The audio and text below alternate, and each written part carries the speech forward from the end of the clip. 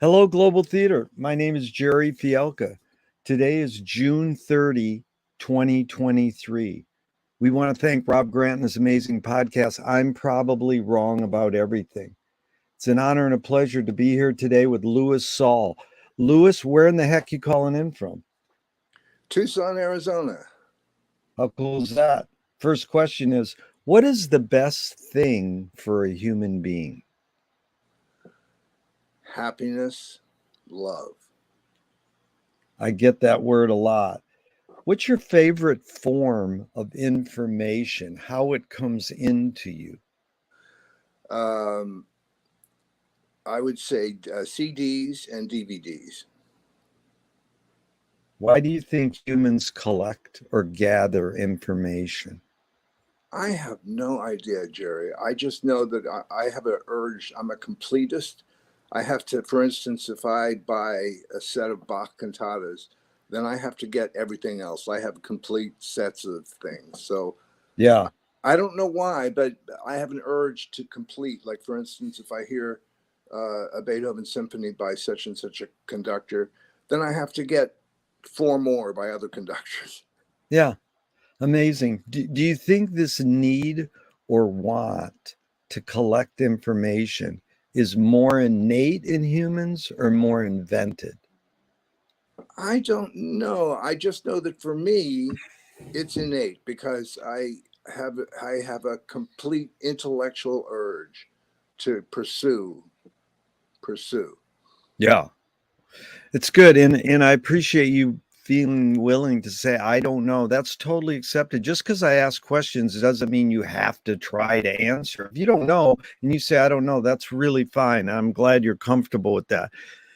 Do thoughts create emotions? Do thoughts create emotions? Oh, absolutely, Yeah. Fill absolutely. in fill in the blank, Lewis. I don't know what I think until I. Hear it or see it. That's great.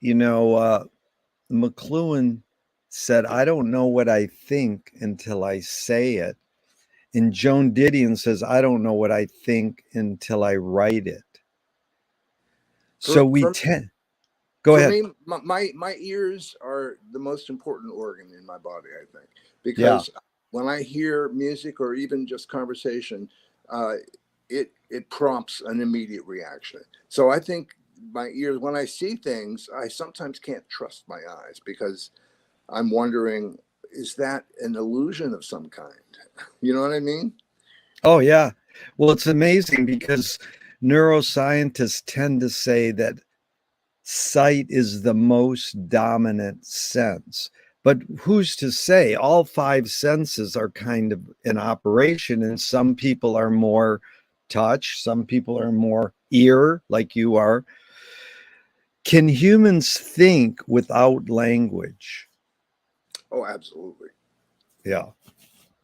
Chomsky says a language is not just words, it's a culture, a tradition, a unification of community, a whole history that creates what a community is. What do you do when language doesn't work? When language breaks down, what do you do? Well, Jerry, I have to tell you something. Music is my primary language, and next to that, I would say film. And Yeah. both of those media have one thing in common: is that they are already composed and shaped by someone else, and the information is directed to you and your senses. And to me, that is the primary language. I Yeah. don't like I, for instance, I don't like chit chat. Yeah. I'm not a superficial person when it comes to language. So, if we're going to make dinner, what's for dinner, this and that, that doesn't interest me. Although I'm hungry, uh, I still don't get much from that. You know what I mean? Yeah. I don't get a charge. Whereas music and good film puts a charge into my essence. Yeah. But your observations of humans in general, are we more thinking beings or more feeling beings? Well, I think it's both, Jerry. I think it's Yeah. both. For instance, my daughter that just had the baby, she's 6 months old, the baby, and she's been a mother for 6 months, and she just wrote the most beautiful poem. She lives in Hawaii. She's a Buddhist, and she wrote the most beautiful poem about how awesome life is, which of course Yeah. is my main theme. That's really well put.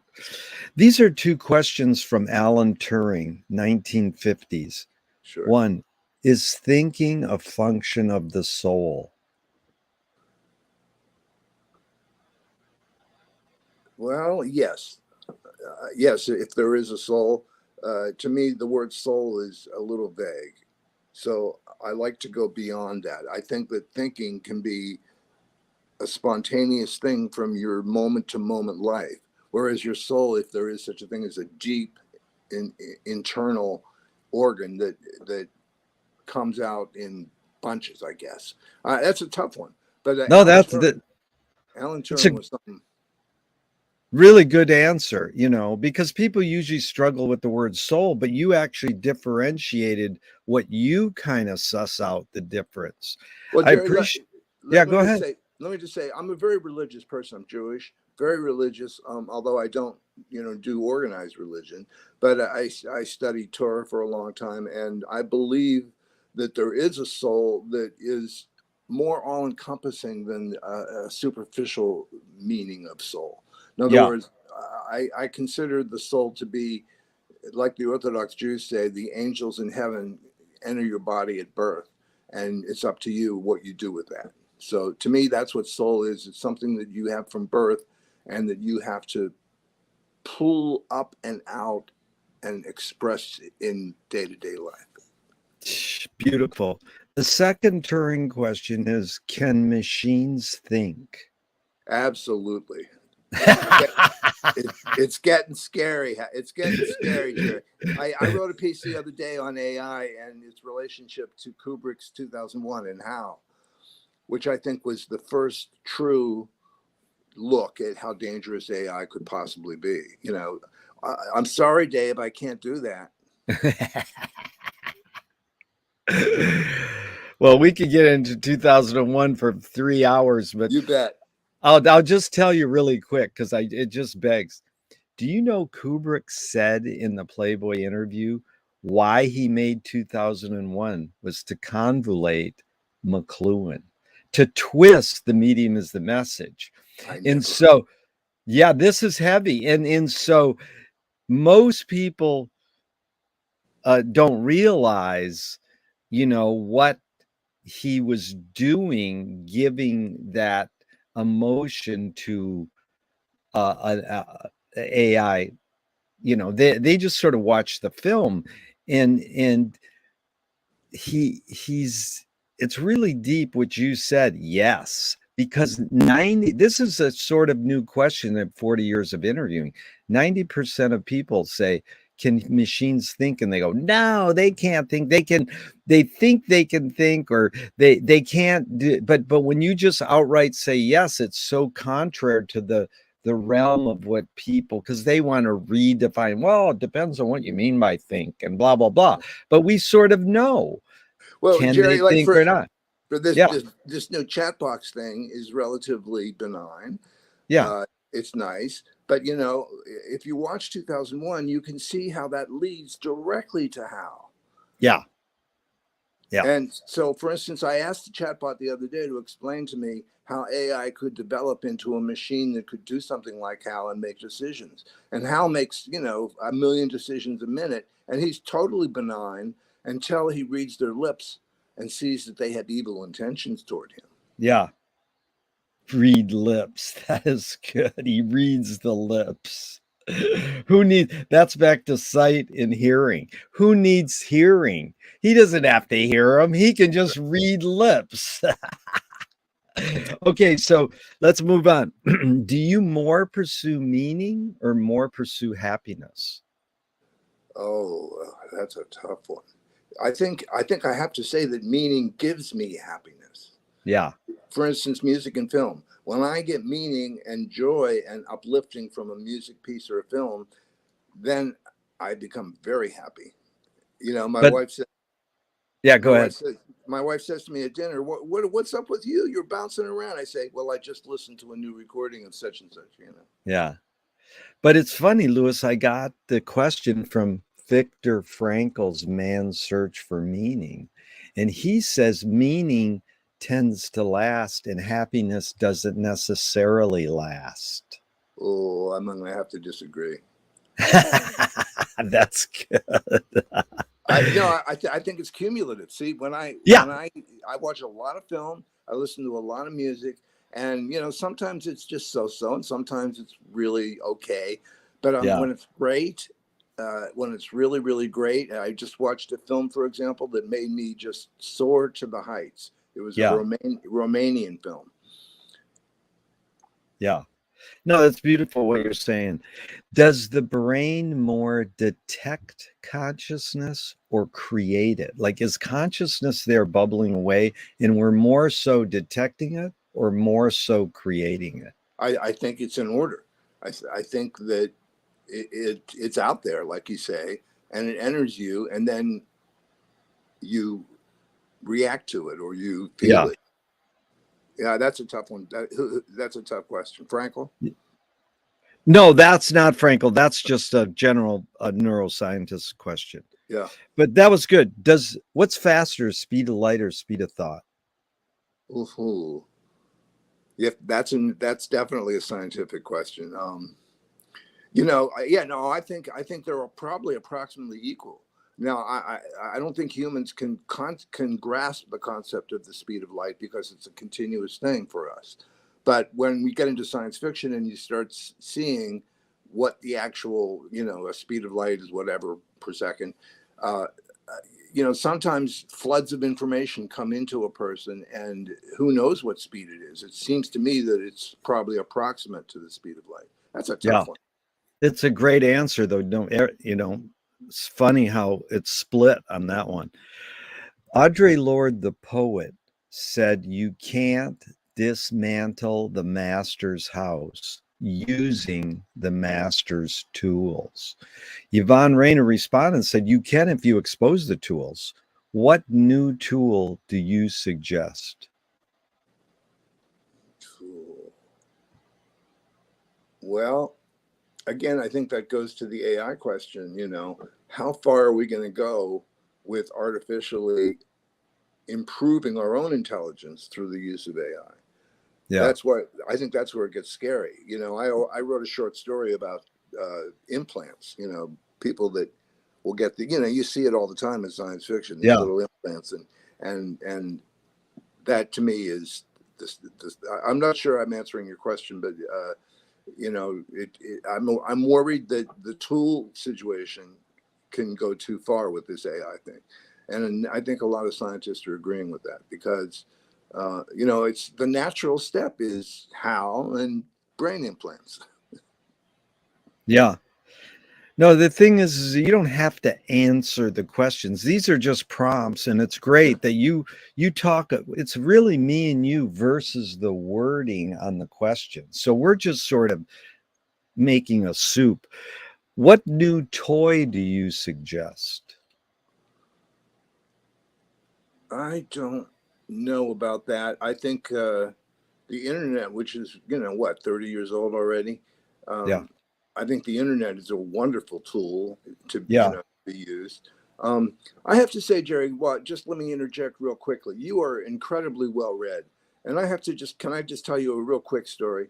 I read nothing but music books and text until I was 20 years old. I mean, literally, I just never read a book. So we're going to get to this in a minute, but I was in Paris studying with Nadia Boulanger, and I had all these friends that were at Columbia University on their junior year abroad. I was at a cafe with some friends of mine, one who is a great poet now. And he said to me, do you know such and such? Do you know James Joyce? And I said, no, who's that? You know? And he said, well, let me recommend a book for you to read. And I think they were putting me on, but he handed me a copy of Finnegan's Wake. And Jerry, I'm telling you the truth. That's the first non-music book. I opened it up and I said, wow, so this is what literature is. That is one of the greatest stories I've ever heard. You probably told me that 30 years ago. That's the first, like, whoa, this is great. So did you read Finnegan's Wake out loud with a group of people, or you just looked at it and went, whoa, No, I can't no. read? I started reading it, and then they said to me, Lewis, we were putting you on. Why don't you go back to Ulysses? So I read Ulysses, and I had a hard time with Yeah. Ulysses. Oh, yeah. It's And hard. then they said, well, Portrait of an Artist as a Young Man. So I read that, and of course that's comprehensible, and that's Yeah. an easy read. And then years later, I dug into Ulysses and got it. And you know what a Wake freak I am. So Yeah. I read the Wake. You know what really turned me onto the Wake? I have to tell you, was What? Cyril Cusack and the Irish woman reading the Shem is a Sham and Anna Olivia Pluribel. And Yeah. those readings came into my ears because, you know, I'm an ear person. And I said to myself, well, now I can dig into this text. And I got the Burgess and I got all the you know, Yeah. the guides. So the Wake to me is something, it's almost like a meal where, It's you a know, it's a meal that MEAL. ME. MEAL, meal. It's Yeah. like dinner. And you come back to it, and one night you had salmon, and the next night you're having steak. And Yeah. I think I wrote to you, I would love to someone to do an audiobook of it, because Oh, I yeah. don't generally like audiobooks, but hearing The Wake by Cyril Cusack and that woman is just one of the great experiences of my life. And that's what turned me on to trying to read it myself, even though I cannot do an Irish accent. Yeah. No, you don't have to do it in Irish accent in it, but it's a combination and it's both. It's like it's a variety. And sometimes it's snacks and hors d'oeuvres. Sometimes it's a 12-course meal.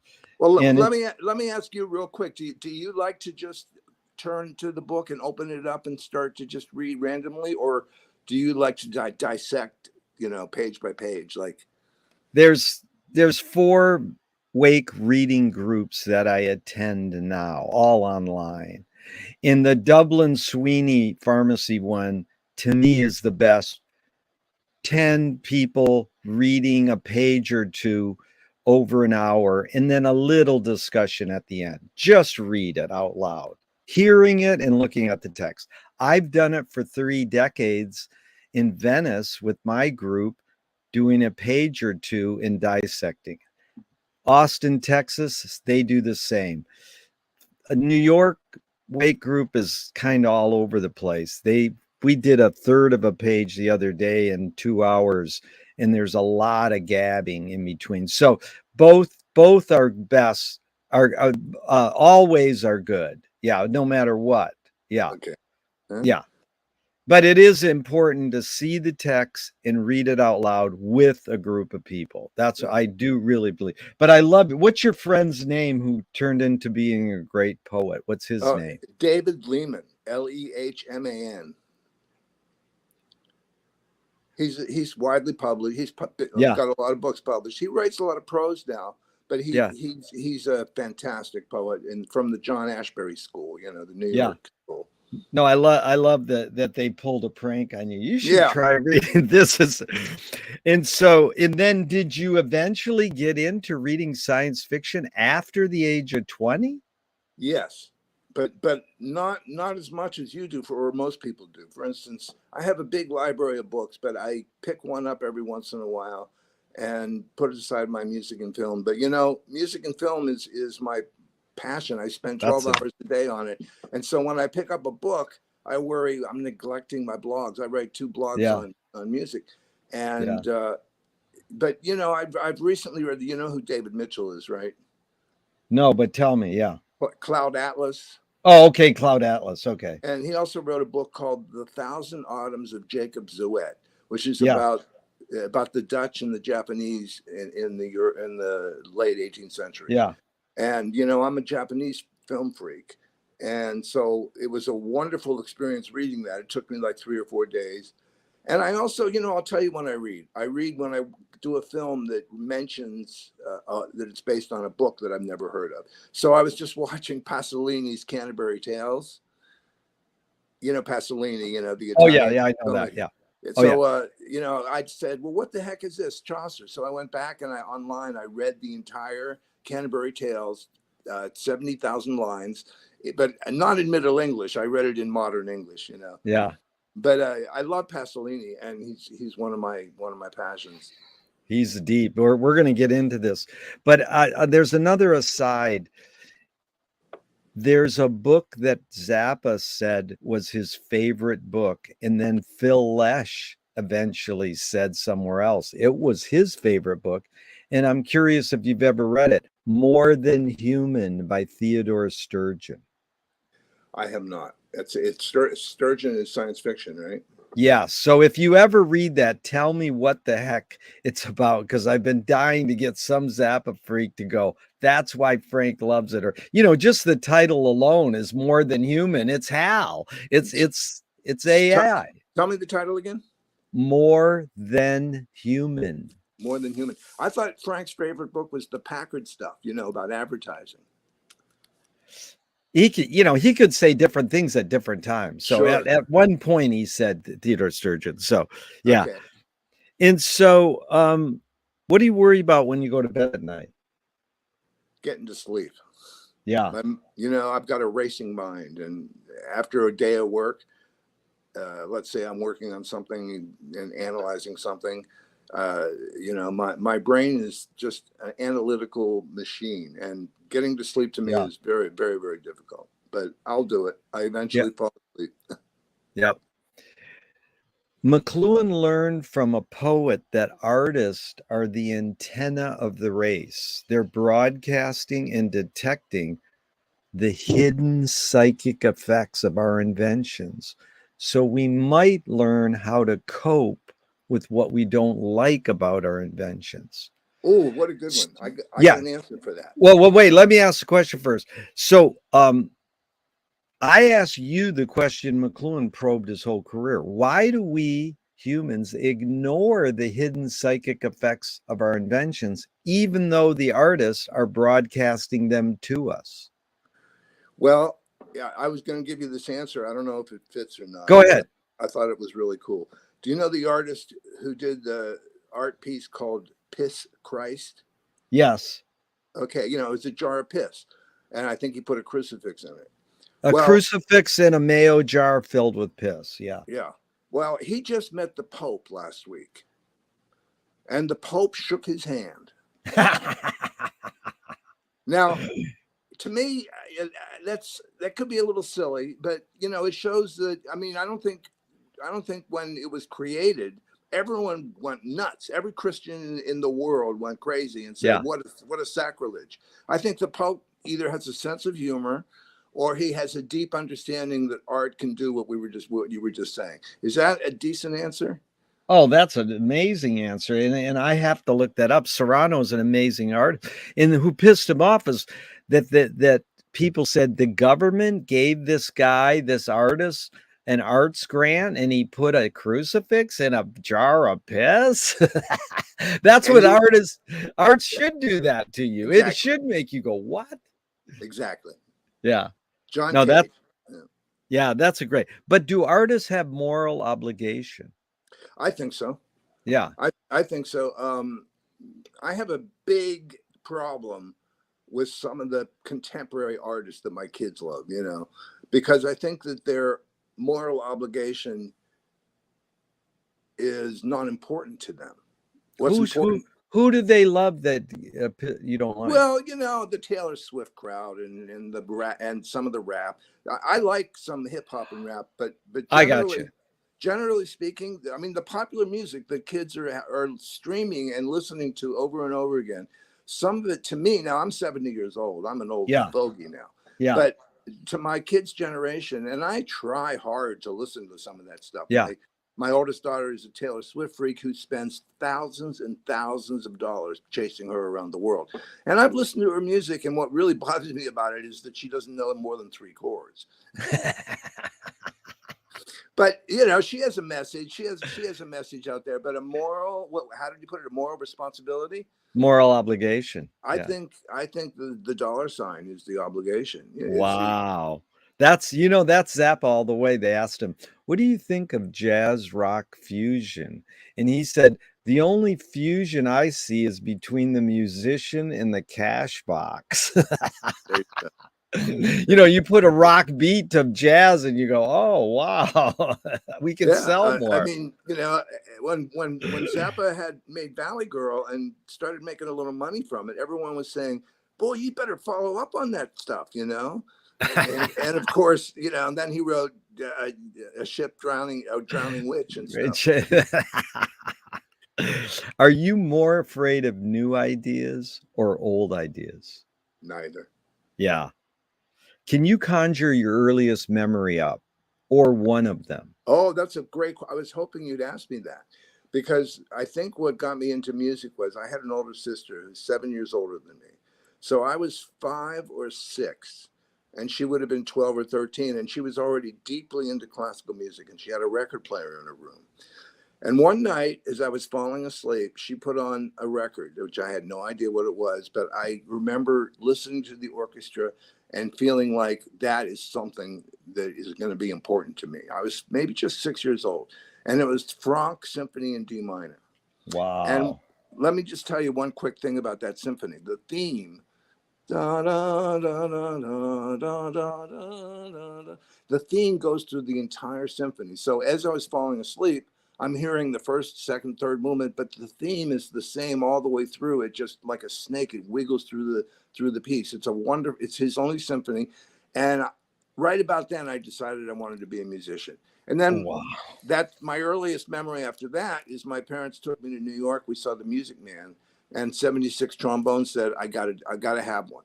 So, Oh my God. Is that cool or what? 76 trombones, the Music Man.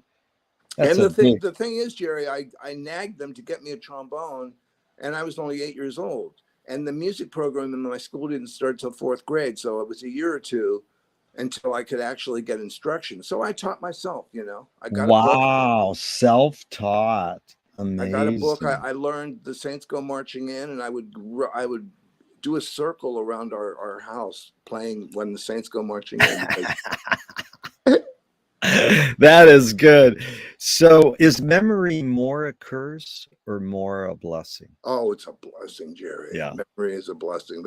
That's one of the tenets of the Jewish faith, is that when people die, you know, we're not concerned about heaven and hell or anything like that. It's not a big thing like that. It's more like memory is a blessing, and that's how our dead ancestors stay alive with us, because we remember them. Yeah. So it's definitely a blessing. Tell me someone within your immediate family, then outside your immediate family, just briefly, who had an impact on you, kind of like a role model, and what specifically was that impact? So I'll go back to my older sister Lynn, who passed away a couple of years ago. She had a boyfriend who lived near the Carnegie Library. We lived in a suburb of Pittsburgh, and so she used to drive me every Saturday because she was visiting her boyfriend.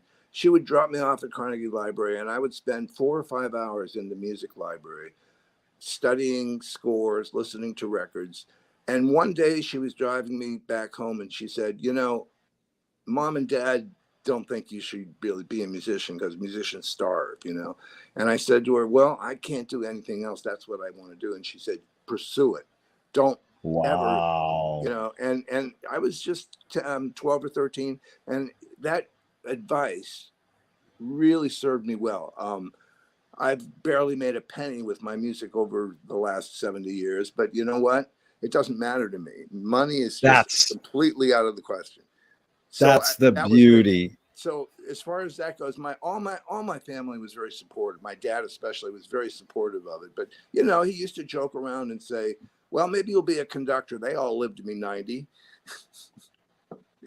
But But outside my family, I would say yeah, my friend David Lehman, who introduced me to literature and to a lot of other things, and we're still very, very close.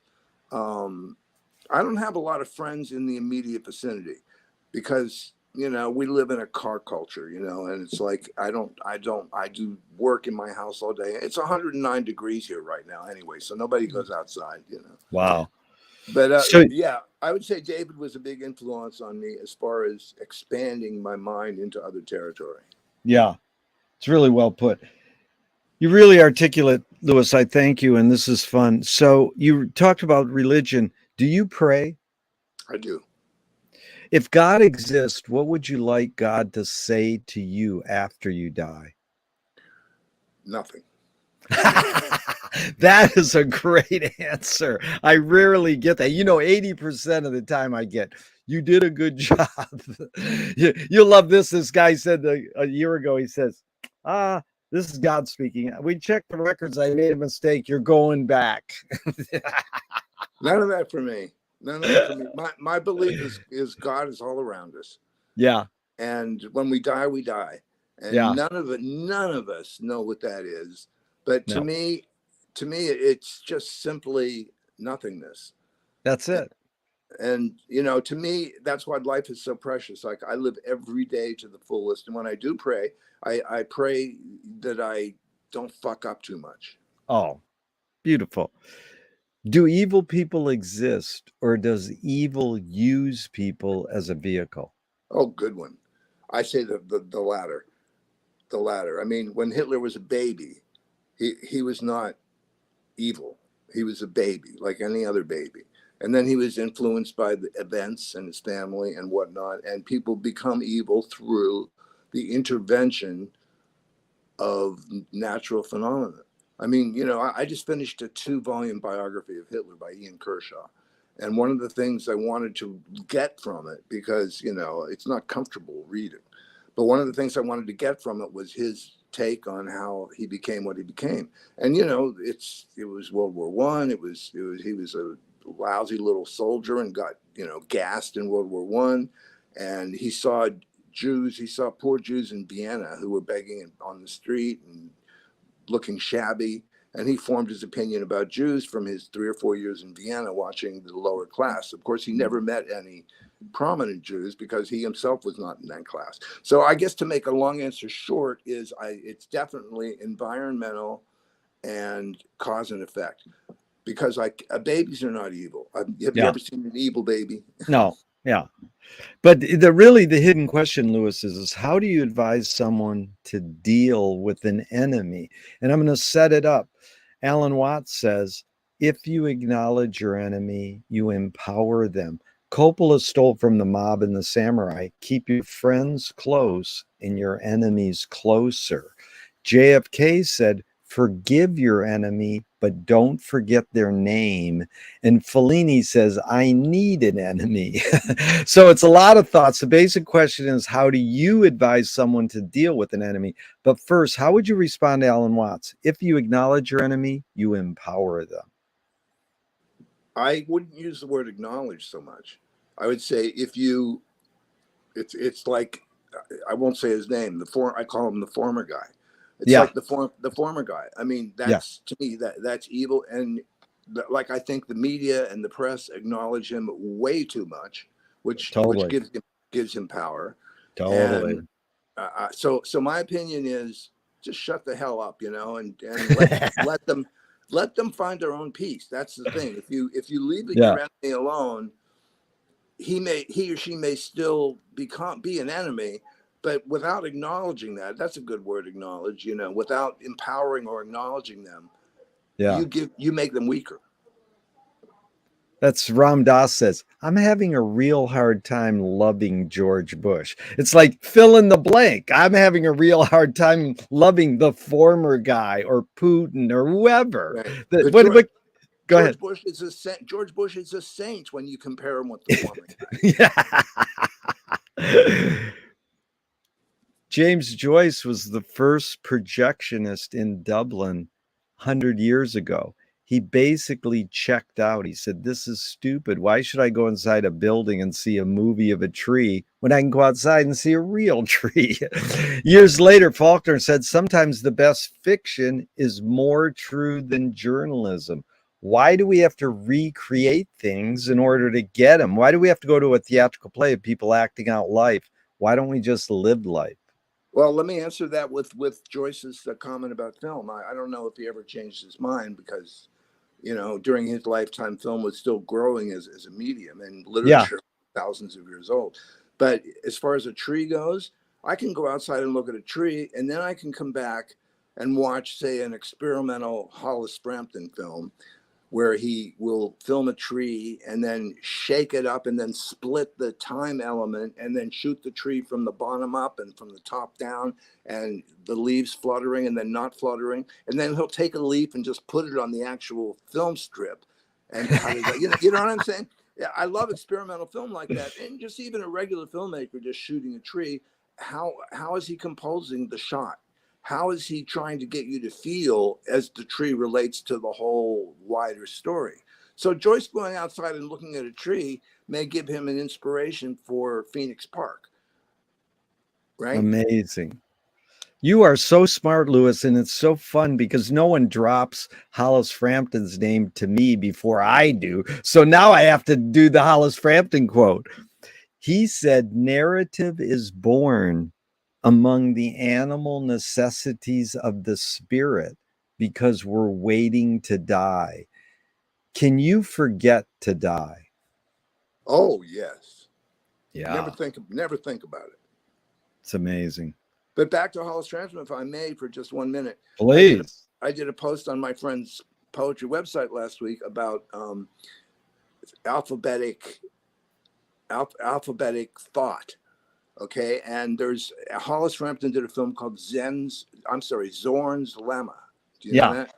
Oh yeah. So it's the alphabet in still images, and then each letter in the alphabet is eventually replaced by a moving image, until by the time you're done with the film, which is just an hour long, all of the original still images are now moving images representing that letter. Yeah. And I find that absolutely uplifting because, the alphabet is what we use to communicate with. So by changing the image from a still image to a moving image, he alters our ability to take in what that letter might be. Because in the still images, there's signage. He just films a sign out that says, Allen and then bakery. It's a beautiful film. He's amazing. And it's so beautiful. You laid that out for me so articulately. So people listening to this can actually understand what an experimental film does in verbal language. But to see it, they might just go, what is this? So, Exactly. Hollis, go to YouTube and type in Gloria by Hollis Frampton. It's a 9-minute film. Yeah. And it is so heavy because it has the oldest footage of Finnegan's Wake scenario ever, where the guy is put in the coffin and the whiskey bottle wakes him up and he dances around and everybody goes, you're supposed to be dead. And he's dancing. Yeah. Criterion put out a disc with almost all of his films. I remember that one. Yeah, that's heavy.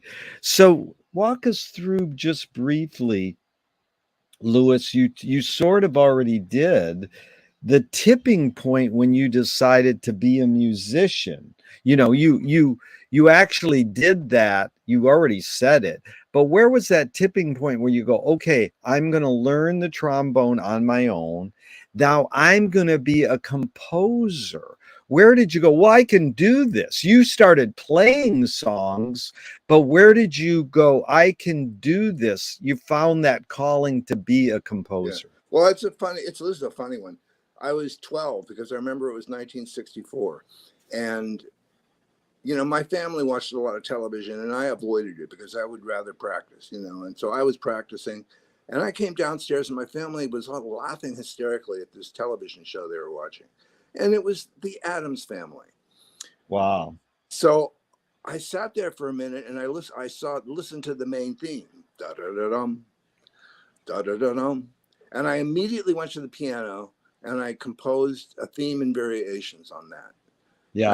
I was 12. So that was my first real composition. I just did a delightful little trick with that. Yeah. But to answer your question more fully, is the summer of 1967, my rabbi enabled me to go to the Interlochen summer camp up in Interlochen, Michigan. Yeah. And I was one of the best trombonists in Pittsburgh. But when I got up to Interlochen, I was 7th best. Wow. And that's when I decided to really take composing seriously. And I spent all 8 weeks of that summer camp writing a piece for orchestra. And it became my first big composition.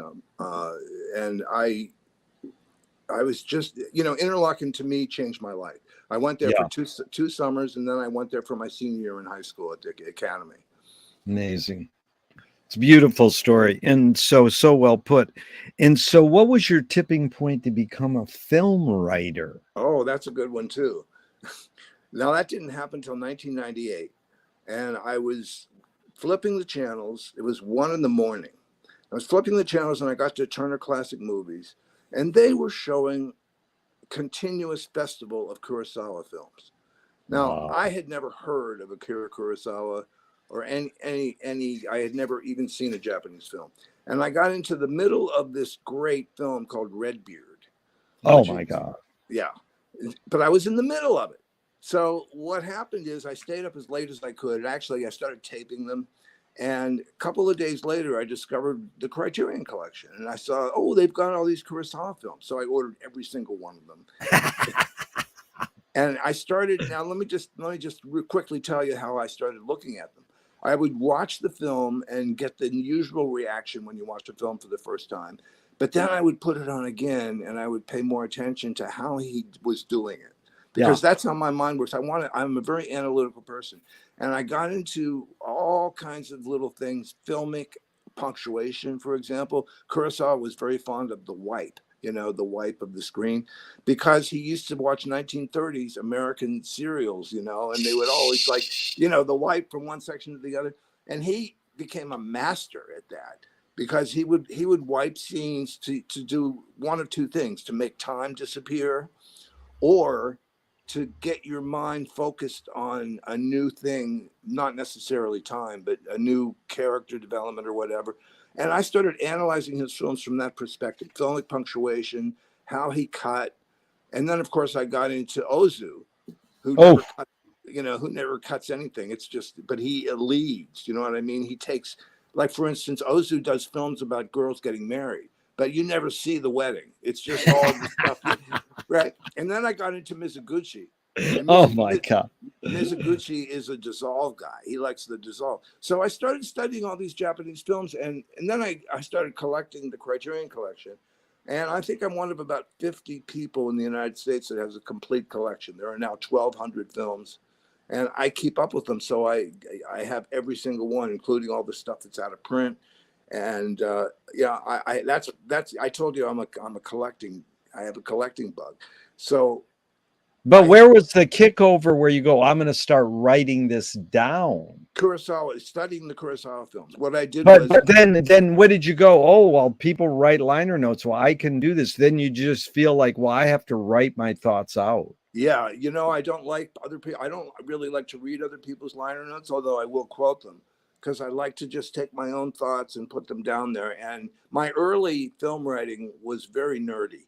Like I said, I started analyzing Kurosawa from a filmic punctuation viewpoint, and I was fascinated with his use of the wipe and the way that he would uh, he would completely abolish the 180-degree rule, and things like that. He was a great filmmaker, in my opinion, because he dared to do stuff that really didn't make sense. And if you read the book, it's not on by the book. So I started writing about Kurosawa and Ozu and Mizoguchi, and at first I looked at my writing and I said, that's way too technical. Nobody's going to give a crap about that, So now I review the entire collection. That's what I do every day, half of my day.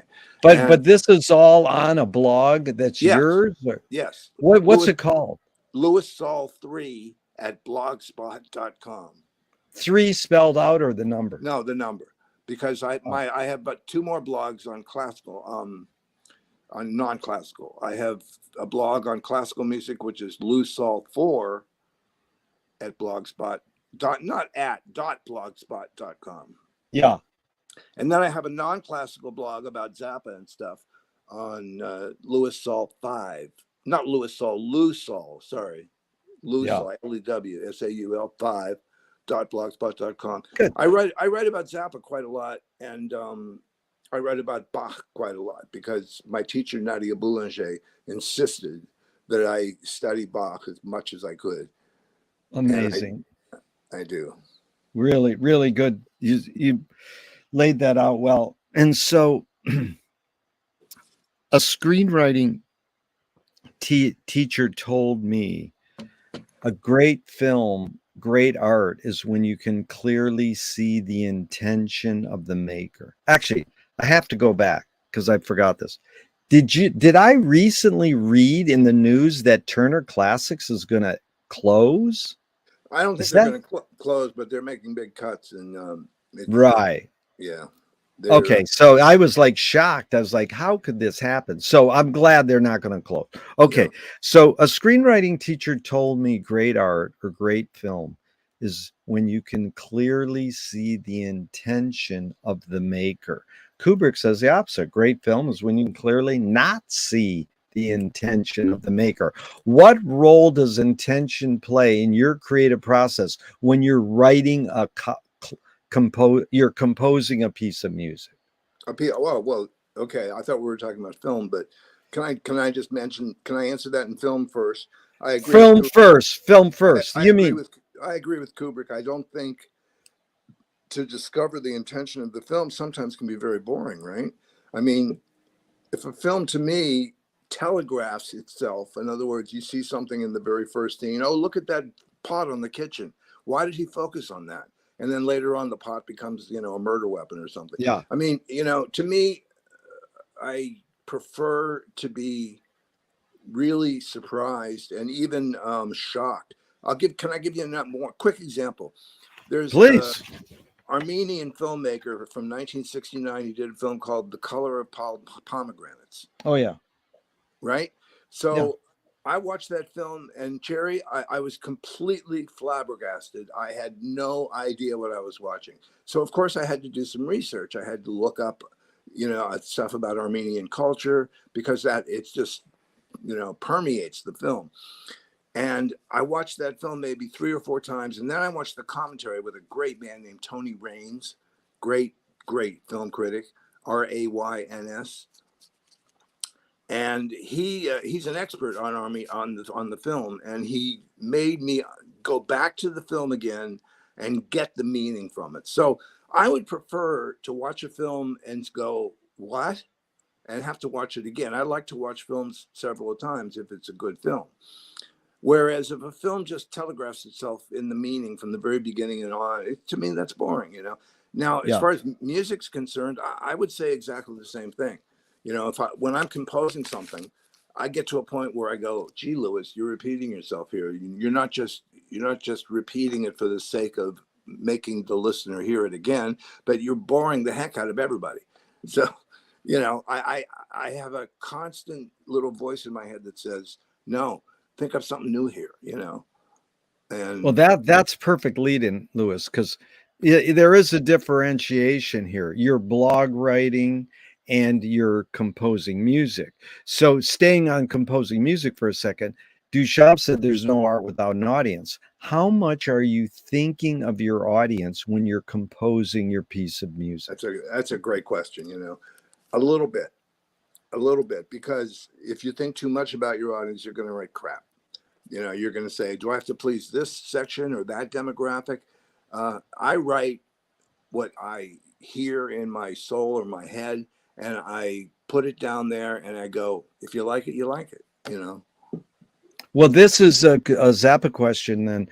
Frank said, I write music for myself, and then the bonus is if other people like it. It's like, yeah, right. Well, that's, to my opinion, he's over romanticizing the creative process, because he knew if he sang this lyric and hit this note, kids would buy his music, then he could make more music.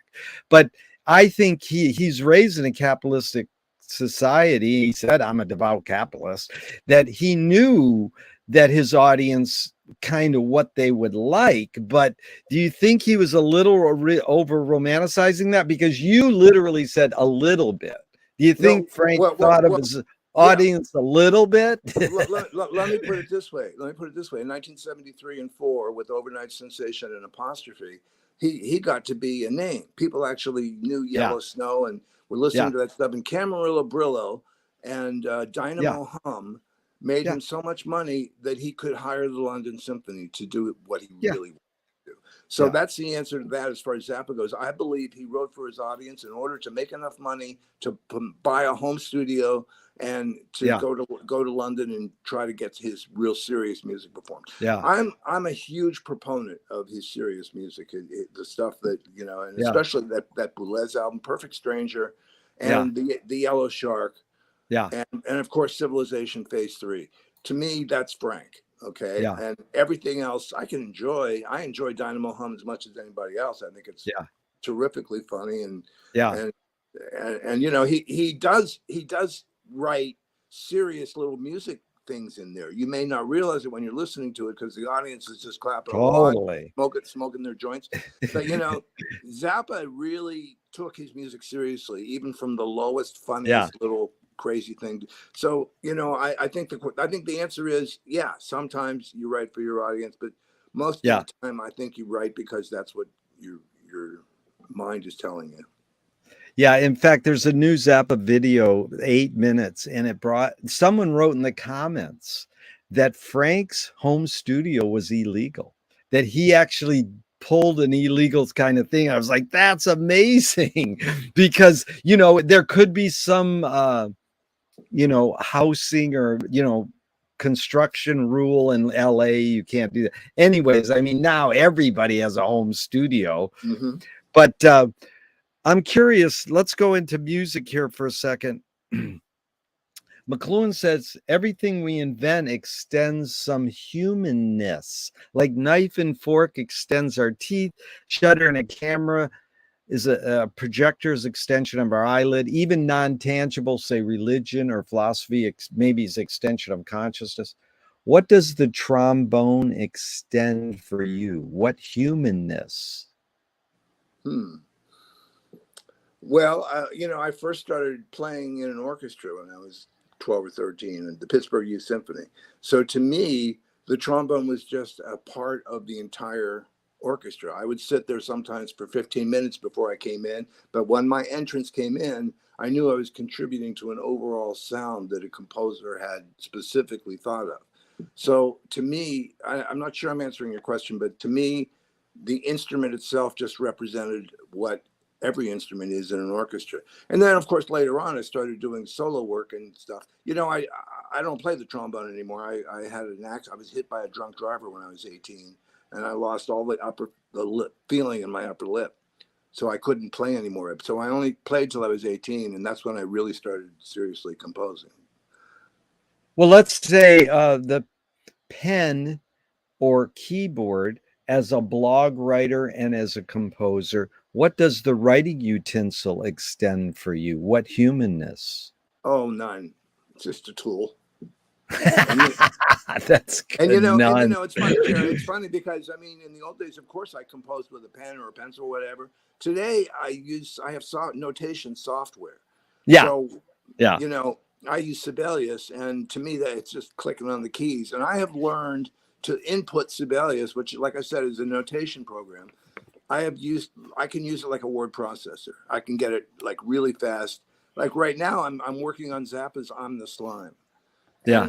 And I'm did the transcription of it, and I'm inputting it all because I'm going to do a post on it. So to me, it's just clicking on keys, and then I look at it and I, you know, hear it in my head, and I make sure that, you know, everything I inputted is right. But it's just a tool, you know. Yeah.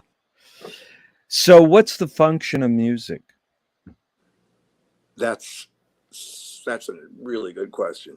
I think the function of music is to uplift what we were calling the soul before, to Yeah. uplift the humanity in people, or Yeah. not necessarily even uplift, but to maybe scare them or shock them or surprise them, or even to get them upset and talking about something like Hollis Frampton. I mean, people watch that and go, "What that?"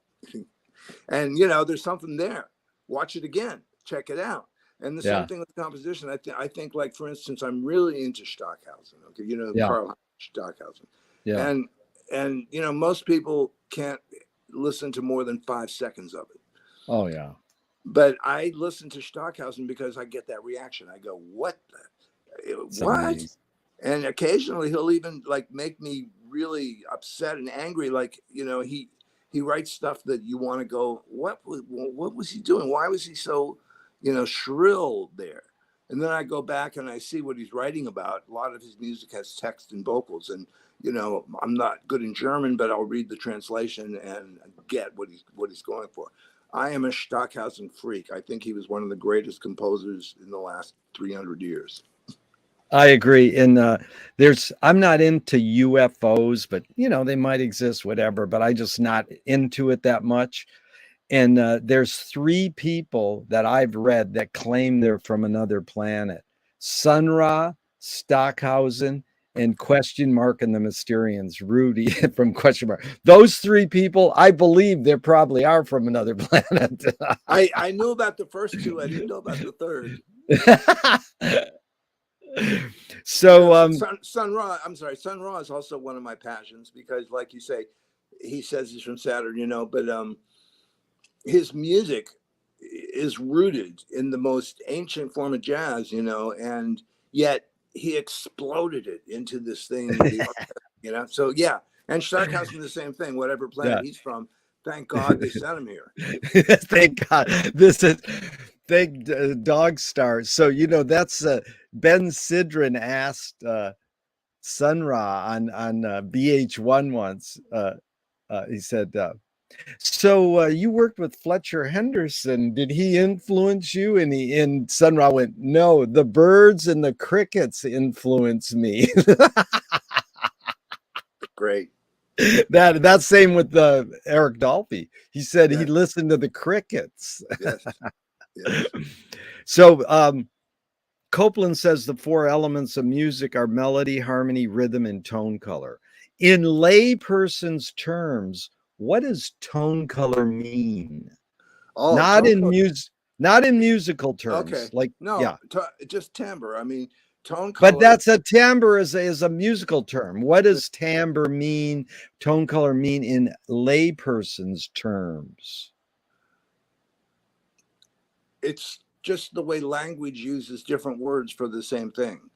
You could say, you know, tree, or you could say arbor, you know, and I mean, it's tone color just paints the normal into something a little more flowery and showy, maybe, or you know, less flowery and showy. That's tone color can go both ways. That reminds me of either Cezanne or Matisse said, when you paint your painting and you put it in the bushes, if it blends in, it's a good painting. So that's like tone color, like it blends in. Sure. You know, I think that it also, but I can't help it using a musical term here, but it colors what could be very ordinary otherwise. So you mentioned, Copeland mentioned the first 3 things: melody, rhythm, and harmony. Of course, you have to have that. But if you need to make it something a little extra special, that's what tone color is for. Put an oboe here, put a flute there. That's the only way I can describe it, because in musical terms, that's what it is. But it basically, in layman terms, I would say it's just another way of saying the same thing twice, you know. And I gotcha. So how do you navigate those 4 elements? So you they all come together. 4 elements when you're composing. They all come together at the same time. To me, I don't write lyrics, so I don't have to worry about that part of it. You know, I mean, I've written 2 or 3 songs, but you know, lyrics are not my thing. So, for instance, one of my best compositions is called Midrashim, which is the Hebrew word for stories. And what I did was I took 5 of my favorite verses in the Torah, and I wrote them out, and I studied them both in Hebrew and English for a long time and soaked them in. And then I started composing this piece for my daughter for violin and marimba. And it just came to me all at once. What I did was I took the idea of the verse and I spread it out with all 4 of those elements at the same time in my head, and I wrote it in like 4 days, you know. Wow. But what do you think Frank accentuated in his integration of those 4? Do you think he was more melody, harmony, rhythm, or tone color? No, or what was he equal? Yeah. I could never pick out one or the other. He had all four going for him, you know. Yeah. Plus a little more. Yeah. A friend of mine says the 3 T's of music are taste, technique, and theory. So you learn the technique, how to play the trombone, you know the theory, the chord structures. How does one acquire taste?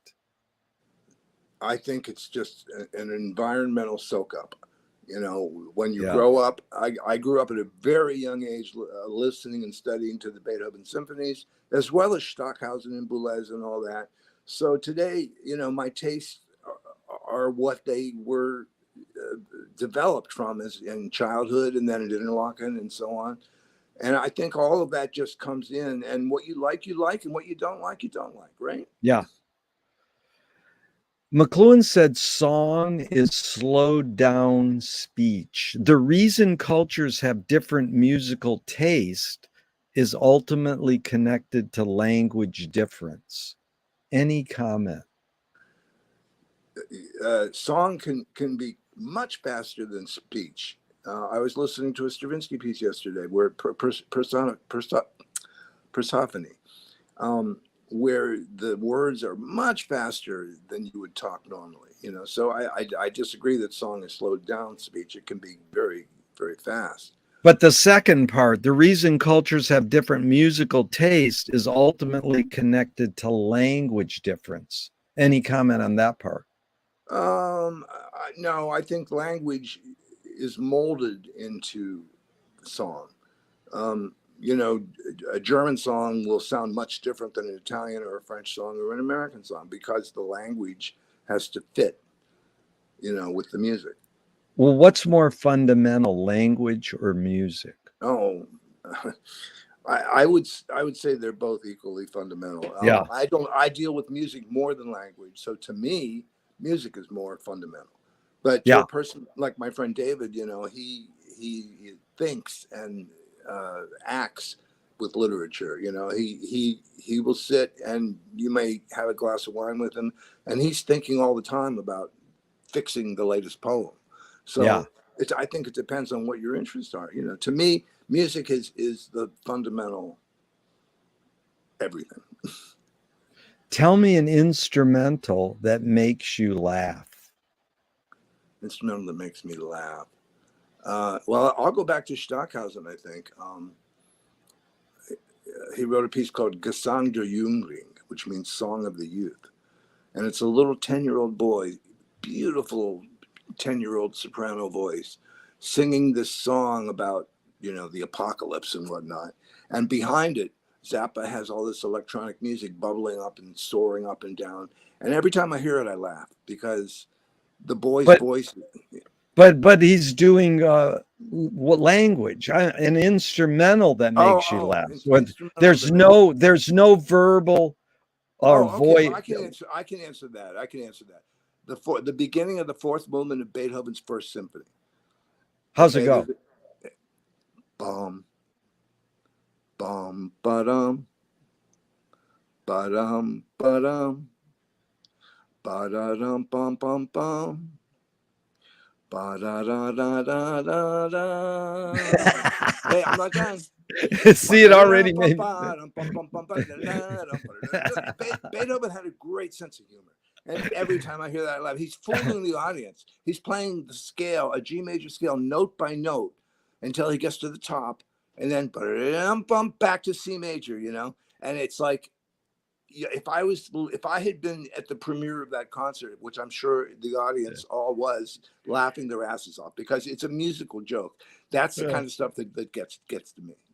I love that because it reminds me of my friend Duggo says, Thelonious Monk heard all the notes Charlie Parker heard, but only decided to play some of them. True, that's true. And Monk had a great sense of humor. You know, he would play standards, and all of a sudden just pound something in there that really doesn't belong. I think, Jerry, I could think of so many examples of music that makes me laugh, but that Beethoven is the first one that comes to mind. He had a great sense of humor. That's good. And Monk also said, silence is the loudest sound in the universe. He said, actually, we're getting to that silent thing. Miles said it's the space between notes. How do you integrate silence in the space in between notes? Oh, it's essential. It's But essential. how do you do it? How do you know when to apply not playing? Well, music is time, right? So your piece has either 5 minutes or 15 minutes or an hour and a half or 2 hours if you're Mahler. And if you don't have a sense of silence, the audience is just going to be a jumble of sound. Silence is what defines sound. If you have sound and then you have silence for whatever length, it gives people a chance to pause and reflect. And not only that, but I agree, like with John Cage, that silence is music. Can I tell you a quick John Cage story? Please. I had the privilege of going mushroom hunting with him in 1973 in the woods of Michigan. And it was all composition students, and we were all talking about music and this and that. And we had a campfire going, and finally everyone was in their sleeping bag and settling down. And Cage was still up, and we were listening to the sound of the little chirping and the crickets. And finally there was a very vast, weird kind of silence in the area. And we were just listening. And Cage was looking at all of us like really intently. And finally, after about 5 minutes of really deep silence, and other than just a few chirps, there was an airplane in the far distance. You could hear. And Cage looked up and he smiled and he said, "Now that's music." That's a beautiful story. In fact, the other thing Monk said is there are no wrong notes. Any comment? In context, you can be a bad musician and play wrong notes and they're just wrong. But if you're a great musician that knows what you're doing and you play a wrong note, like, in jazz, some jazz goes by so fast that the chords, you cannot make a mistake with a chord. Every note in a scale or a chord has an off note that will fit if you just hit it, and it's wrong, but it's right because it's all part of what you're doing. It's not a mistake. Whereas in classical music, if you hit a wrong note in an orchestral concert, that's just bad playing. So I think there's two different definitions of that. Yeah. I agree that you can't hit a wrong note unless you're playing, a Mahler symphony and first horn and you crack a note. That's wrong. No, that's two great answers. That was beautiful. Hannah Brooks said, there's no wrong notes? She goes, no, there's wrong notes. It's just how good you cover them up. And then Mike Keneally said, yeah, if you're Thelonious Monk, there's no wrong notes. Well, Mike doesn't hit too many of them, I'll tell you. He's fantastic. Yeah. You studied with Nadia Boulanger. I mean, we could do 2 or 3 hours on that alone. She told Quincy Jones, your music can never be more or less than you as a human being. Wow. What does she mean by that, in your opinion? I think, to me, I studied with her for 2 years. To me, that means that if you soak up all the things she's trying to impart to you, you will create that much better stuff. In other words, that's why I'm a Bach nut, because she made me study Bach to the point where, and I thought Bach was okay. But I didn't know a lot of the stuff. She made me study the 212 cantatas he wrote for every Sunday for church. And those cantatas, every single one of them is a masterpiece. Yeah. And it's only in the last 10 or 20 years that I've really seriously gone to study them. And yes, they enrich your vocabulary because you learn things. And I mean, look at Quincy Jones. She taught him basically part writing. You know what part writing means, right? Tell us briefly. Part writing is, let's say you've got, you're writing for Michael Jackson and you've got 3 or 4 different instruments behind him, and it's very funky and everything, but you don't just have one note going on totally. You might have the bass player playing one note. I'm thinking of Thriller, for example. Yeah. And the way he arranged that piece. Part writing is every note on one instrument its relationship to another note on another instrument. So the Gotcha. trumpet's playing high, the trombone's playing low, but then they meet and they cross. And that has to do with harmony also, because we learn in Bach that parts can go up and down, but they have to go up and down according to certain harmonic rules. Otherwise, it can sound hollow. Or so I think Jones is a perfect example, because he could write the most amazing music, and it's based on what he learned from Boulanger. And the same with Copeland and all the great people who studied with her. Yeah. And then tell us briefly the story of you deciding to play her a Zappa piece. I believe it must be a camel in her Very reaction. good. I'm so glad you remembered that, because I'm working on relearning it. I was 19 years old, and I was a much better pianist back then. And I had figured out, without a transcription, I had figured out the main melody and the chords. Oh, and you didn't play her the record. You played her I played the composition on the piano. Right. I was coming in for a lesson, and this was maybe my 5th or 6th lesson. And so we were getting to know each other, and she said, okay, and we started working on what we were working on. And she said, she stopped for a minute, and she said, you like that musique légère, light music, jazz. You like jazz. And because I looked just like I had now. I have a big beard and everything. She would grab my beard. She was blind. She would grab my beard and pull me right towards her. And she said, what is it that you like about that stuff? And I said, Mademoiselle, may I play you quickly something by a man named Frank Zappa? She goes, oh, okay, go.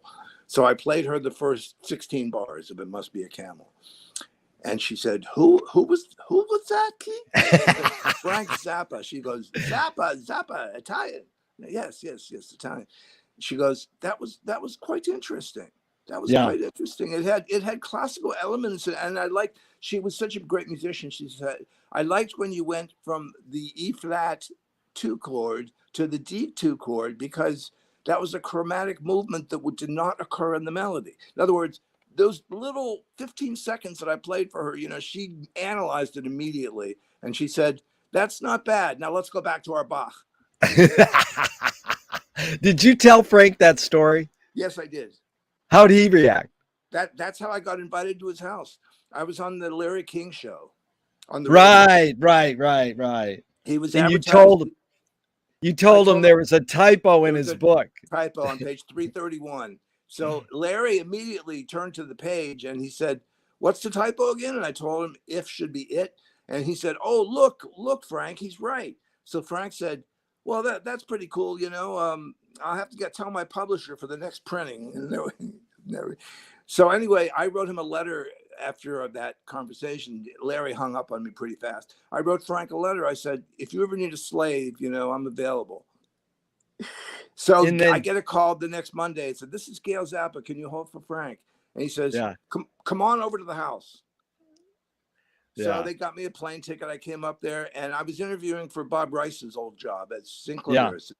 Yeah. But that's a long story. I don't want to go into all the details, but I was there for 6 hours, and we talked about stuff like Lutoslawski and some of our favorite modern composers, And he was very, very serious. He was working on Broadway the hard way. He was mixing Broadway the hard way. And he was talking to me and interviewing me, and also talking to Bob Stone at the control board, saying, like, sweeten that Barry sax.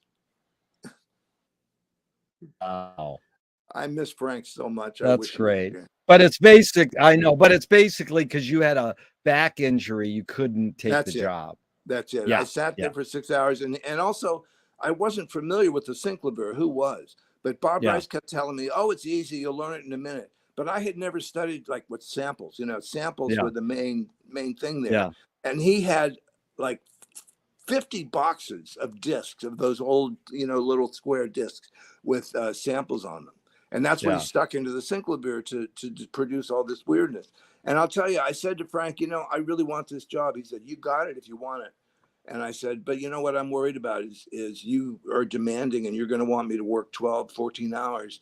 And I got a bad back, and I was about to have an operation, And I said, I got to be honest with you. I don't know if I can do a 14-hour day. He said, well, see ya.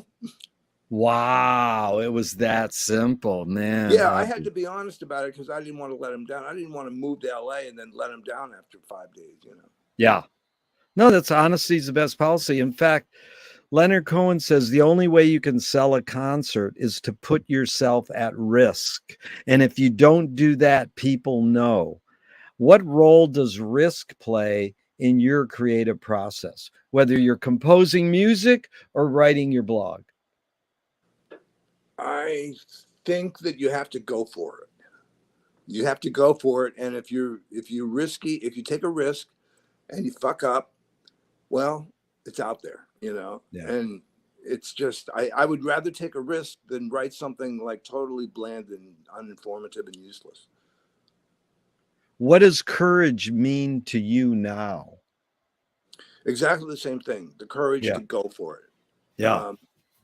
If I'm writing a review of a film, for example, and I have an opinion that may not be shared by, other Criterion people, I got to write that opinion. I just reviewed a film that everyone gives high marks to, and I thought it was just a little schleppy. I won't mention it because people watching this will go, "You're crazy, Lewis. That's a masterpiece." Go, no, you got to tell me. What is it? It's Brief Encounter by David Lean. Yeah. And I wouldn't say that I'm not a fan of Rachmaninoff. I hate Rachmaninoff.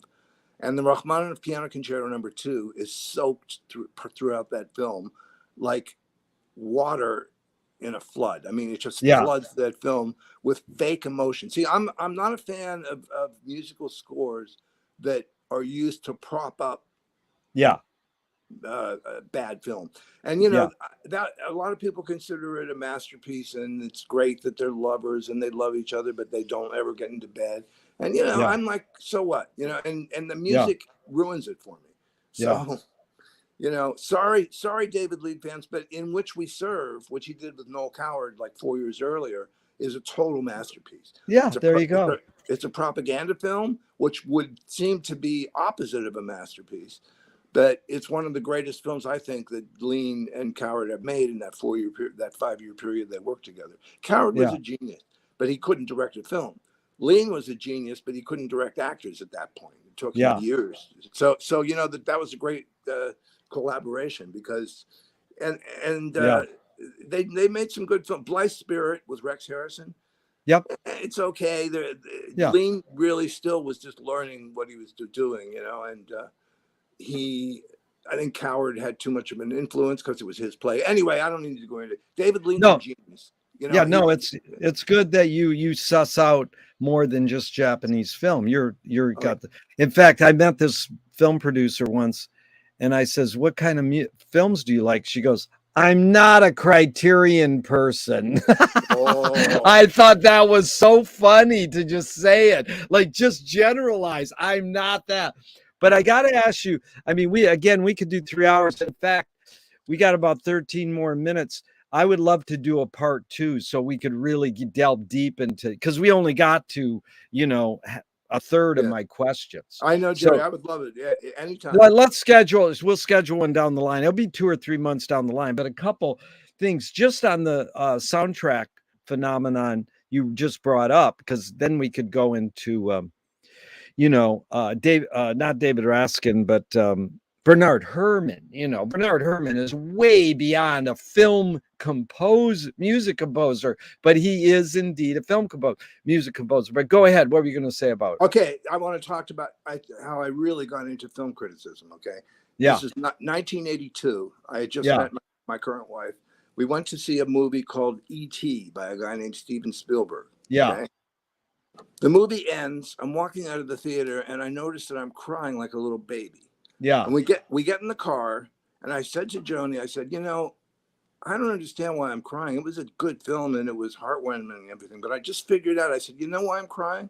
Because of John Williams. John Williams underscored that film. And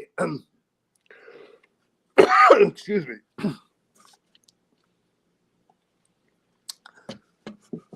Pardon me, Jerry. Yeah, no, that's right. Take your time. No rush. He underscored it, meaning like it wasn't blatantly telling you how to feel. It was. It was blatantly telling you how to feel, and that's what I didn't like about it. Oh, I thought that Spielberg could have handled a lot of that without music at all. But Williams was giving you cues that, oh my God, you better start crying right now. yeah. And that's when I started analyzing film like that. I started analyzing like I love Spielberg. I think he's brilliant, but he does that all the time. Have you seen the film AI, for example? I don't know it that well, but go ahead. Yeah. Well, it was originally a Kubrick project, and then Kubrick died, and he gave Spielberg the opportunity to do it. And he did exactly what Kubrick wouldn't have done.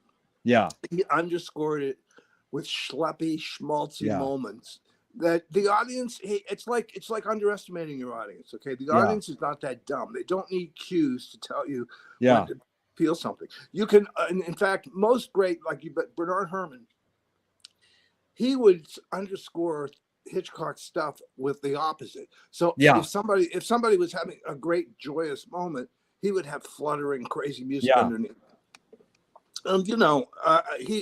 I think he did more than just underscore Hitchcock's narrative. Yeah. He wrote. He was great. Yeah. Yeah. No.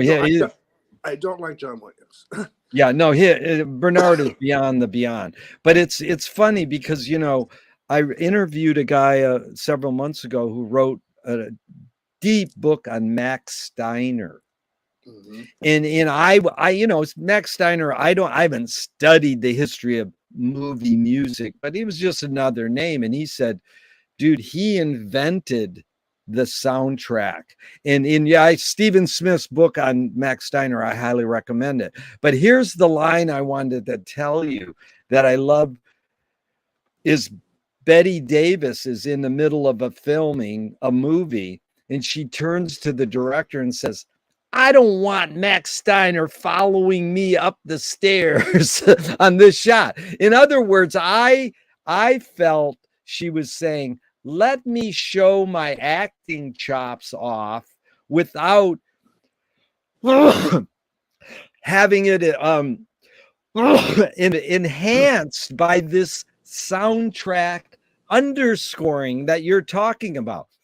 I don't want Steiner to show me off. I want me to show me off as a great actress.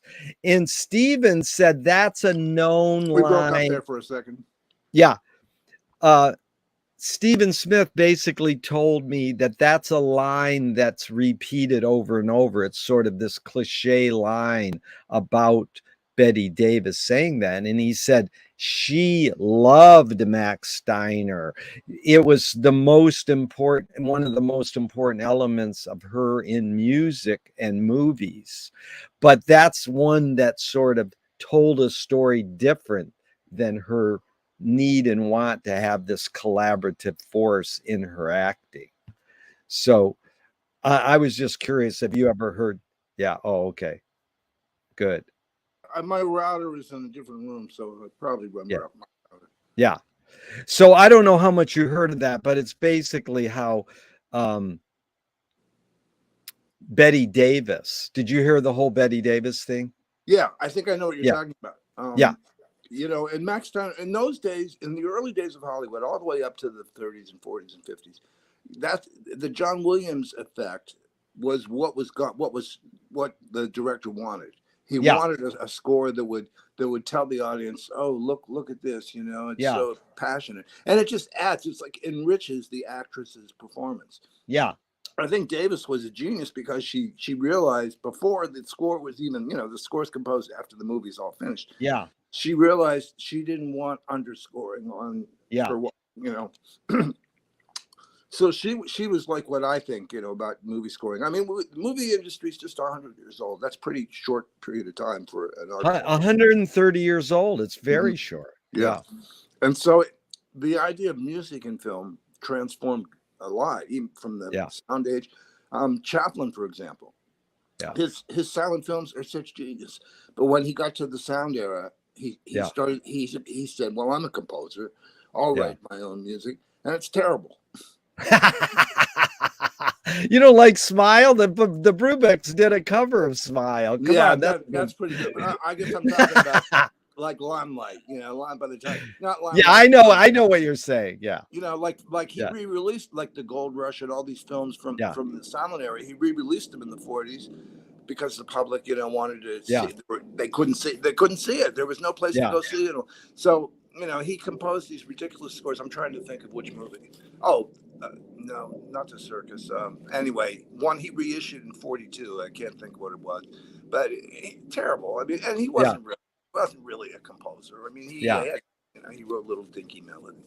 But yeah, I love early Chapman. I love all But this. who kicks that over, Lewis? Just to divert for another second, who's kicking it over from underscoring, telling you how to feel to doing something different? Is it Bernard Herrmann? Where's the movement change I from the love Herman. Max?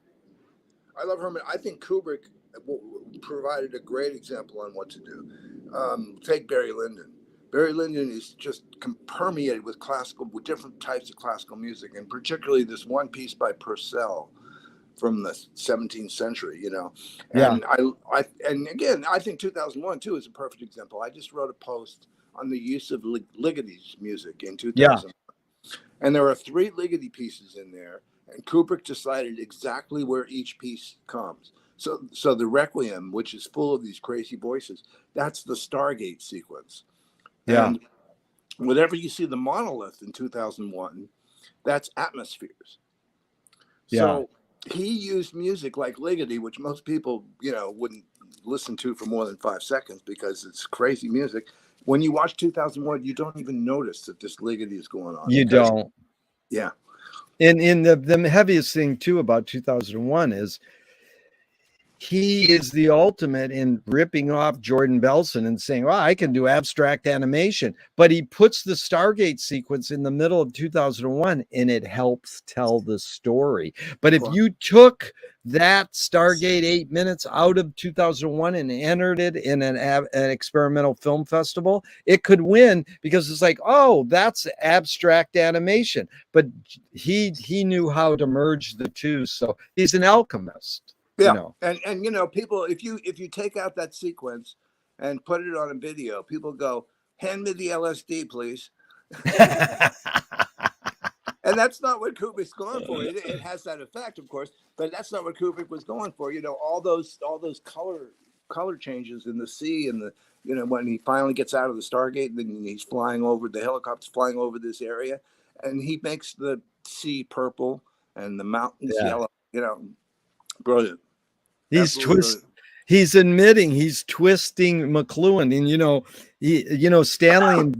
and Stanley invited McLuhan to a pre-release screening in New York, and Marshall fell asleep after 10 minutes. Of what, 2001? Yeah, but we don't know the whole story. Then he woke back up or whatever. But it's just funny to think of that. I'm twisting your media joke. Basically, the medium is the massage, medium is the message, and then Marshall falls asleep. That's funny, I think. But he probably had insomnia the night before. Well, that's what I'm saying. We don't know all the story. I mean, I've talked to Eric, Marshall's son, about it a little, and he says, well, that's sort of true, but blah blah blah. But it's just these things that get propagated are so fun. It's like these little stories, like Frank's. I don't know. Yeah, what were you gonna say? No, I have a great Ligeti story, real quick. Please. Somehow, MGM and Kubrick forgot to contact Ligeti and give him credit. All the Ligeti pieces in 2001 were used without his permission. Wow. So there was a lawsuit. And Kubrick said, "Oh my God, Mr. Ligeti, I'm so sorry." And they settled out of court, and that's all we really know about it. It's probably for a good sum. Yeah. Anyway, when Kubrick died, there was the premiere of Eyes Wide Shut. Yeah. Kubrick's widow was escorted to the premiere with Ligeti. So really? So they made up, and Ligeti is also in Eyes Wide Shut. That piano, that haunting piano piece. That's Ligety too. So That's heavy. Kubrick loved his music, which is a great tribute to his taste. Oh, amazing. And I'm about to make a short spoof experimental film on the pie fight in Doctor Strangelove. Oh my goodness, I gotta see that. But let me ask you a Kubrick question really quick. I love to ask this. Actually, a Kubrick and a Buñuel quick. But can you go a little longer right now? Sure, if you can, Okay, good. Sure. We'll just keep going for a while, and then we'll do a schedule part 2. But these 2 questions I love to ask film people. Stanley Kubrick pulled Clockwork Orange from UK screens for 30 years because the UK cops or police came to him and says, dude, your film is causing kids to beat up winos. You've got to pull it. Well, from UK screens only. What about the rest of the world? And anybody, kids could go into London and buy bootleg VHS copies on London streets. But you know, they said you got to pull it from UK screens. Mm-hmm. So the question is basically, did Stanley actually believe his film was causing kids to beat up winos, or did he go, wow, that's a good publicity stunt? No, you know what? The British government. It was the British government. They said to him in no uncertain terms. You know, they forced him. Mm-hmm. But still, he went along with it. He didn't fight. He didn't fight it because he didn't have a choice. I mean, they told him in no uncertain terms. And you know, it's funny because that film to me is as futuristic as 2001. You know, I mean, it just predicts so much. And I mean, like you look at just gangs all over the world. Every country has gang problems. You know, so it's not unique to England by any means. Yeah. But I had James Harris sitting in this very seat. He worked on 8 Kubrick films. I said that question to him, and he goes, no, Stanley had 2 things, film and family. He thought they were going to come and beat up his family, so he went along with it. Yeah. Okay. I then he know. Well, I don't know. That doesn't mean he's right either. Yeah, no. A lot of people go, no, Stanley knew it was about a great publicity stunt. You know, who knows? But the other one is Buñuel. Did Buñuel put rocks in his pocket at a public screening of either L'Age d'Or or Un Chien Andalou? So when the riot started, they started throwing shit at the screen. He would contribute, or did he have rocks in his pocket because he thought, if they find out I'm the filmmaker, I have the rocks to protect myself? So was it to protect or help start the riot? Well, you know, those surrealists, they you never could predict anything, you know. Yeah. Well, that's what one guy said when I asked him that question. He goes, no, Buñuel always had rocks in his pocket. That reminds me of a great story. I was working on Paul McCartney's Maxwell Silver Hammer, which John refused to participate in because he thought it was an old Paul Granny song. But the first words of Maxwell Silver Hammer is, Joan was quizzical, studied pataphysical. I always thought it was metaphysical, but the word is pataphysical. Do you know what that is? That's oh yeah, I know. We've talked about it. It's that the banquet years, pataphysical. No. Well,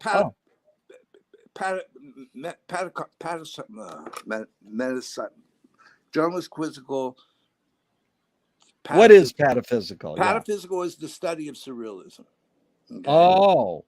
So Paul said, has anyone ever else put the word pataphysical in a song? Come on, that's a great idea. And, you know, John was all like, they were fighting then and stuff. But I thought that was brilliant because, you know, he was studying surrealism and studying that pataphysical stuff. I forget the name of it. It's a French guy. He wrote the Ubu.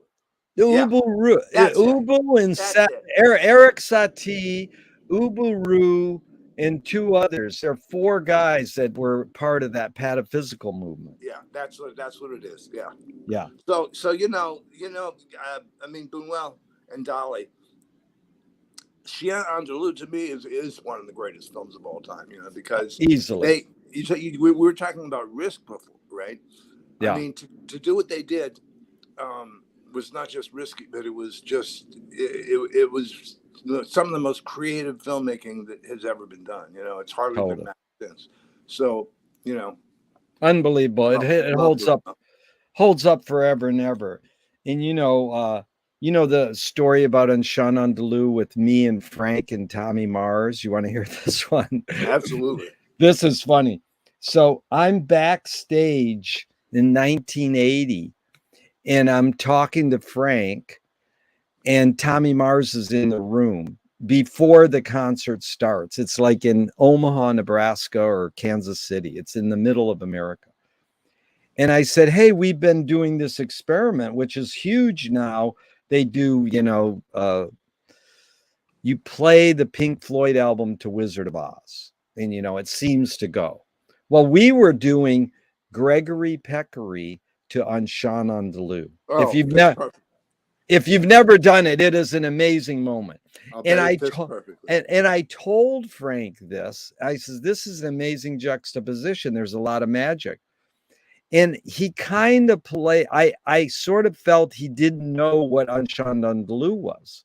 And so I says, well, it's a Buñuel Dali film, and David Bowie is playing it before his concerts for the Young Americans tour. So that was like David Bowie at his teenage pop period, pop hit dance. And it was just like, Frank just like didn't like David Bowie. And I've never been like a big David Bowie fan myself, but I just thought I'd say this to put the film in context, almost to kind of legitimize the film. And Frank just like looked at me like, so fucking what if David Bowie plays it, it almost like went down notches. So then the concert starts and Frank's introducing the band, and when he gets to Tommy Mars and he goes, on keyboards, David Bowie. Nobody knew the context why Frank was calling Tommy Mars David Bowie. Well, I can't think offhand who it was, but I think Frank lost several band members to Bowie's group at some point. Well, the big one is Adrian Belew. Belew tells that whole story. But there's another thing bringing up John Lennon. Did you know this? There's $100 Beatles book. It's really big. Yeah. And in it says John Lennon read Finnegan's Wake and said, it feels as though I'm talking to a friend when I read Finnegan's Wake. Now, that's a pretty cool statement. It is very much like you're sort of talking with James Joyce. Yeah, and I think Lennon is an underappreciated writer. His writing was wonderful. Yeah. And so then the guy who shot John Lennon had a copy of Catcher in the Rye in his back pocket when he shot John Lennon. Right. And in Catcher in the Rye, Holden Caulfield says, when you're reading a good book, it feels like you're talking with a friend. So that connection is creepy in a way, but it's just that weird thing. So, there's this woman, Viola Spolin. She basically spawned improv comedy in Chicago she was a social worker creating role-playing exercises, and it spawned Second City and Saturday Night Live. And she says, if the audience cannot see your struggle to achieve something, they cannot root for you to achieve it. What role does struggle play in your creative process? Well, we were talking before about the composing process and how if you have to check yourself all the time. I check myself and make sure I'm not writing crap, and so the process itself lends itself to a serious self-analytical process. So when I'm working on something, I'm immediately aware if I'm starting to write garbage, and so it gets erased, and maybe I have to sleep on it. But I'm proud of the fact that I think everything I've written is carefully thought through. I don't ever like try to mush through something. Um, when my granddaughter was born, I wrote a piece that is totally tonal. I usually write atonal stuff, but I wrote this piece for a lullaby for her, and for violin and piano. My daughter's a violinist, so it was. I wrote it in like 3 hours, But again, the same thing applied. It's a very simple piece. There's just four chords in the whole piece, and just a simple little lullaby. So the same thing applied, though. Even though it just took me 2 or 3 hours, I was constantly aware of whether I was going down a path where the listener would say, "Oh my God, he's doing that again." Like I had to put something in it that just made it work. So I think composing is like any other art form. It's just like you've got to really concentrate. Like I said about my friend David, he writes a poem and he'll spend 2 weeks debating whether this word should be another word, stuff like that. And that's art to me. I mean, to me, the difference between garbage and art is the garbage is not carefully self-analyzed. How did you develop that skill, though, Louis? Is it the way your parents raised you, your teachers, on your own? It sounds like you're very aware of it. How did you learn that skill? Because when I was very young, my sister got me for Hanukkah one year the complete the scores of the 9 Beethoven symphonies. And I would sit under the piano listening to Toscanini recording of each symphony, studying the score, and I would say to myself, wow, Beethoven could have done this, but look what he did. He did that. And modulations, I taught myself what modulations were. And I also used to take it and take the cello part, which is in the same range as the trombone, and I would play it on the trombone to get a sense of what it felt like to actually play it. And then I would go back to the score. And again, Beethoven was always the example to me. He never, ever goes to a point where you go, oh man, why didn't he clean that up? So I think that made me feel the same way. And also modern composers like Stockhausen and Boulez, you listen to their music and you go, boy, this is well thought out. There's none of this. Yeah. But it's, where did you get it? You learned it, how to do it, but how did you develop that aesthetic, that's an important part of art making, that the analysis part is an important part? Because you could, Jerry, yeah, go ahead. That's a tough one. I mean, that's a tough one. I think it's just the example provided me with a way to proceed. So I told you, like, when I started composing, like that Addams Family theme, for example, I remember doing that. I was very young. I was maybe 8 or 9 years old. But I said to myself, well, here's the theme. Ba-da-da-dum, ba-da-da-dum, ba-da-da-dum, ba-da-da-dum, ba-da-da-dum. I can't just repeat that. I'm writing a theme and variation. So I think I taught in my head, I said to myself, you have to do something interesting here. And so even at that age, the example that Beethoven and other composers set for me was something that just went into my head and said, you've got to do this. You can't, I hate it when I hear something like we were talking about that movie, that I don't like. There's sections of it I go, oh crap, so it's like, to Yeah. me, it's an art. It's a matter of art. Art has to be good from beginning to end, at least good, if not Yeah. great.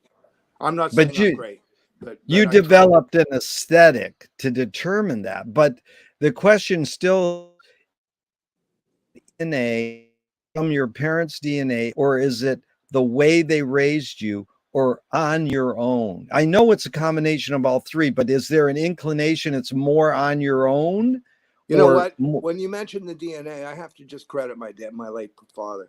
He was a Renaissance man. He was interested in everything, yeah, sort of like you, like just really well yeah, read and just fascinated with everything. And that's why you interview, because you're interested. yeah, So I think the DNA is part. I have to say all three. I think the DNA is yeah, part of it. The influence is a part of it. But it's the DNA that I was born with that I got from my mother and father. Yeah. Let's do 3 more, and then we'll schedule part 2. So Ben Ratliff, Jesus Christ, sorry about that. Ben Ratliff is a music writer, and he just put out a book on Bill Frisell, and he says, I mean, excuse me. That's all right. God bless you. He says, I mean sound as it has long functioned among jazz players as a mystical term of art, as in every musician finally needs a sound, a full and sensible embodiment of their artistic personality, such that it can be heard at best in a single note. So me and you could hear Miles and go, oh, that's Miles. And Ben said, he's fragile and pointed. So he summarized it with 2 words. Coltrane, slightly undercooked and urgent. Me and you could hear Frank note and go, oh, that's Frank. If some writer was going to summarize Louis Saul's sound as a composer, and they used a couple words, what 2 words would you go, oh, they got me. They understand me. I appreciate those 2 words describing the Louis Saul sound as a composer. Intellectual beauty. Oh, that's great, man. Intellectual. I try to make my music smart so that it doesn't ever, like I was telling you about Midrashim, they're based on Bible verses, but I don't try to, like the one verse, may God bless you and keep you. I don't try to, I try to make it intellectually interesting, but I also want it to be beautiful. I want people to appreciate it, even if it's atonal or sounds weird. So you asked for 2 intellectual beauty that'll sum it up. No, that's beautiful. And then if you were going to do that for Frank, what 2 words would you say it would summarize Frank? Oh, I have to say the same 2 words. Wow, that's good. Yeah, no, I really mean that, because like I was saying before, even his silliest songs have really beautiful constructions in them. I'm working on I'm the Slime right now, which is a terribly funny song about television. It's amazing. And to have that performed on Saturday Night Live with Frank pointing the words out, with Don Pardo reading them. Yeah, that's unbelievable. Yeah, but go ahead. No, I was going to say that there's like 3 key changes in 16 bars. He goes from F to B flat to E flat. I forget. And in other words, that's what I mean. He could have just easily done the whole thing. I'm the Slime, blah blah blah blah blah blah. There's beautiful little things in it that the typical audience member might not notice. But that's what I call intellectual beauty. It's like taking something. And the other thing about Frank, he liked to fill up space. Like there would be a quarter rest, and he would have, or he would quote some stupid song or something, and he would have, like the Lone Ranger stuff. I mean, he would just he incorporated all that so beautifully. I am still, today the 123rd Frank Zappa album is arriving in my mailbox. It's the new one, So I have every single Zappa release. There's 124, I think now. Yeah. Well, we could do hours and hours on Frank. Oh yeah, we could. Frank's 60 pieces he released is what I'm into. I'm sorry. They're disobeying. Frank said there's no small Grand Wazoo tapes that I want released, and then they released them. So are they disobeying him? Yeah, they are. But Frank was a master with the razor blade. So he would just take 7 different shows, cut up the absolutely best parts, and put it into one. And it's like 20 Small Cigars from Chunga's Revenge. Yeah. Well, I appreciate what Amit is doing now, because they put out that Hot Rats box. Yeah. And do you know he spent like 3 or 4 days with Ian Underwood and Garrett and those guys, the Hot Rats guys, working on this piece. It was called Interlude at the time. Yeah. And it became 20 Small Cigars, which is only 1 minute and 50 seconds, I think. Yeah. and they had spent 5 days on this long piece, and Zappa didn't like it. He said, "I just want this part." He put it on Chunga's Revenge. So yes, I agree with you, but you know what? I Yeah. buy it anyway. Yeah. No, it's interesting because I saw Frank walk into the office once and he leaned to Gail and he says, "Give Ian Underwood 50% of the credit on creating Hot Rats." It's true. He just said, "Do that." And it's like, it never really happened, but Well, the Hot Rats box is like 6 CDs of the sessions. And it's absolutely fascinating. And like Frank would say to Ian, you really screwed up that chord. And Ian would go, "Yeah, I know this is like," and Frank would go, "I know this is we're on 7 hours now, so I can appreciate," or something like that. There's a lot of studio dialogue in it. Yeah. And, I love those box sets that they put out because they give you an insight into the. Yeah. But Frank would have never permitted it. Yeah. But I like that you listen to him and you can help me understand this whole mission. But you know who I'd love for you to hang out in Venice with is Tommy Mars rides his bike down to the boardwalk where I hang out. And it's just an amazing thing. You just casually start talking. And he had some amazing moments that have not been documented with the art of composing with Frank, I love him. You and him come and visit me because I can't travel anymore. I would love to. I can't even go to Venice because that's too long a flight for me. And, my Sarah just lives a block from you. I think she's on Rose and 3rd, I think. I know it. I know. We got to get together. Yeah, so I told her to seek you out on when you say Saturdays. You're out there.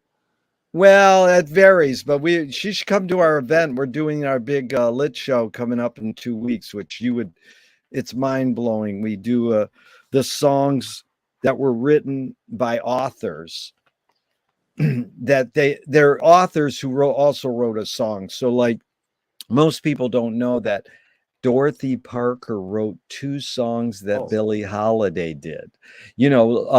Tennessee Williams wrote a song that Marlon Brando sang. So it's endless. Jack Kerouac. It's over 15 years. We've done 150 authors. So it's forever expanding. Dorothy Parker, you could do a great musical about her because she was so hysterical.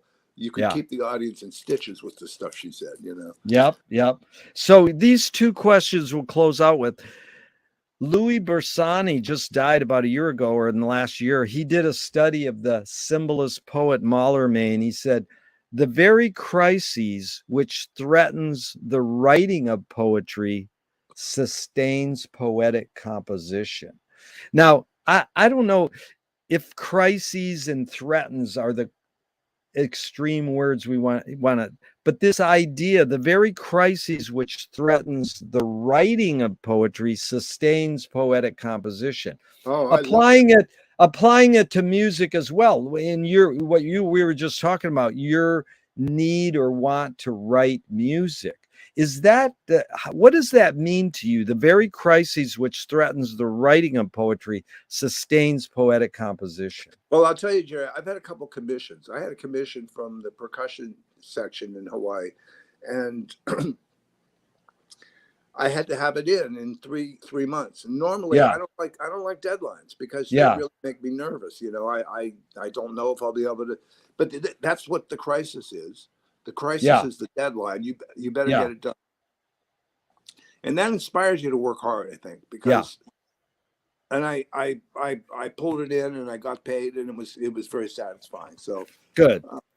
Well, this next question goes along, and we'll close out and then do a part 2. What an amazing time, Louis! I really appreciate your time and energy. Yeah, we got to talk about the Wake a little more too, because we could do session on the Wake, on Zappa. It's endless. But this is 2 of my film heroes. George Manupelli. He started the Ann Arbor Film Festival 61 years ago. The festival's half the length of the medium's age. His mantra is ignore yourself. Jonas Mekas says there is no self-expression. And Cecil Taylor, who Frank lists on the cover of Inside Freakout, said, "I'm just a vehicle and this stuff just comes through me." That's what Bach said too. Bach said it too. Is art making more self-expression or more you're a vehicle for whatever technology, environments, and culture are dominant? Vehicle. Really? And I don't like to bandy about the name God, but Yeah. whatever God is, okay, the spiritual rush that Yeah. comes into my body when I'm trying to be creative is something I can't control, Yeah. and the only thing I can control is making the product, squishing little things that are making it Yeah. better.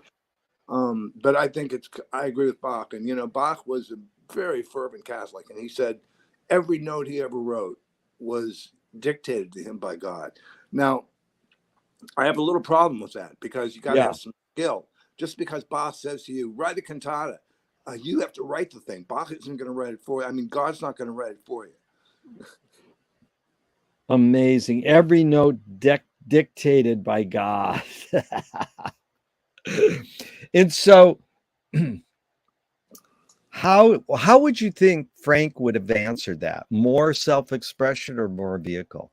I think Frank was a confirmed atheist, so I think he would have said, I worked my ass off on this piece or whatever. Yeah, but But no, but put God aside in that yeah, as a vehicle, as a vehicle for whatever culture, technologies, and environments are dominant. Was it more that or more self-expression for no, Frank?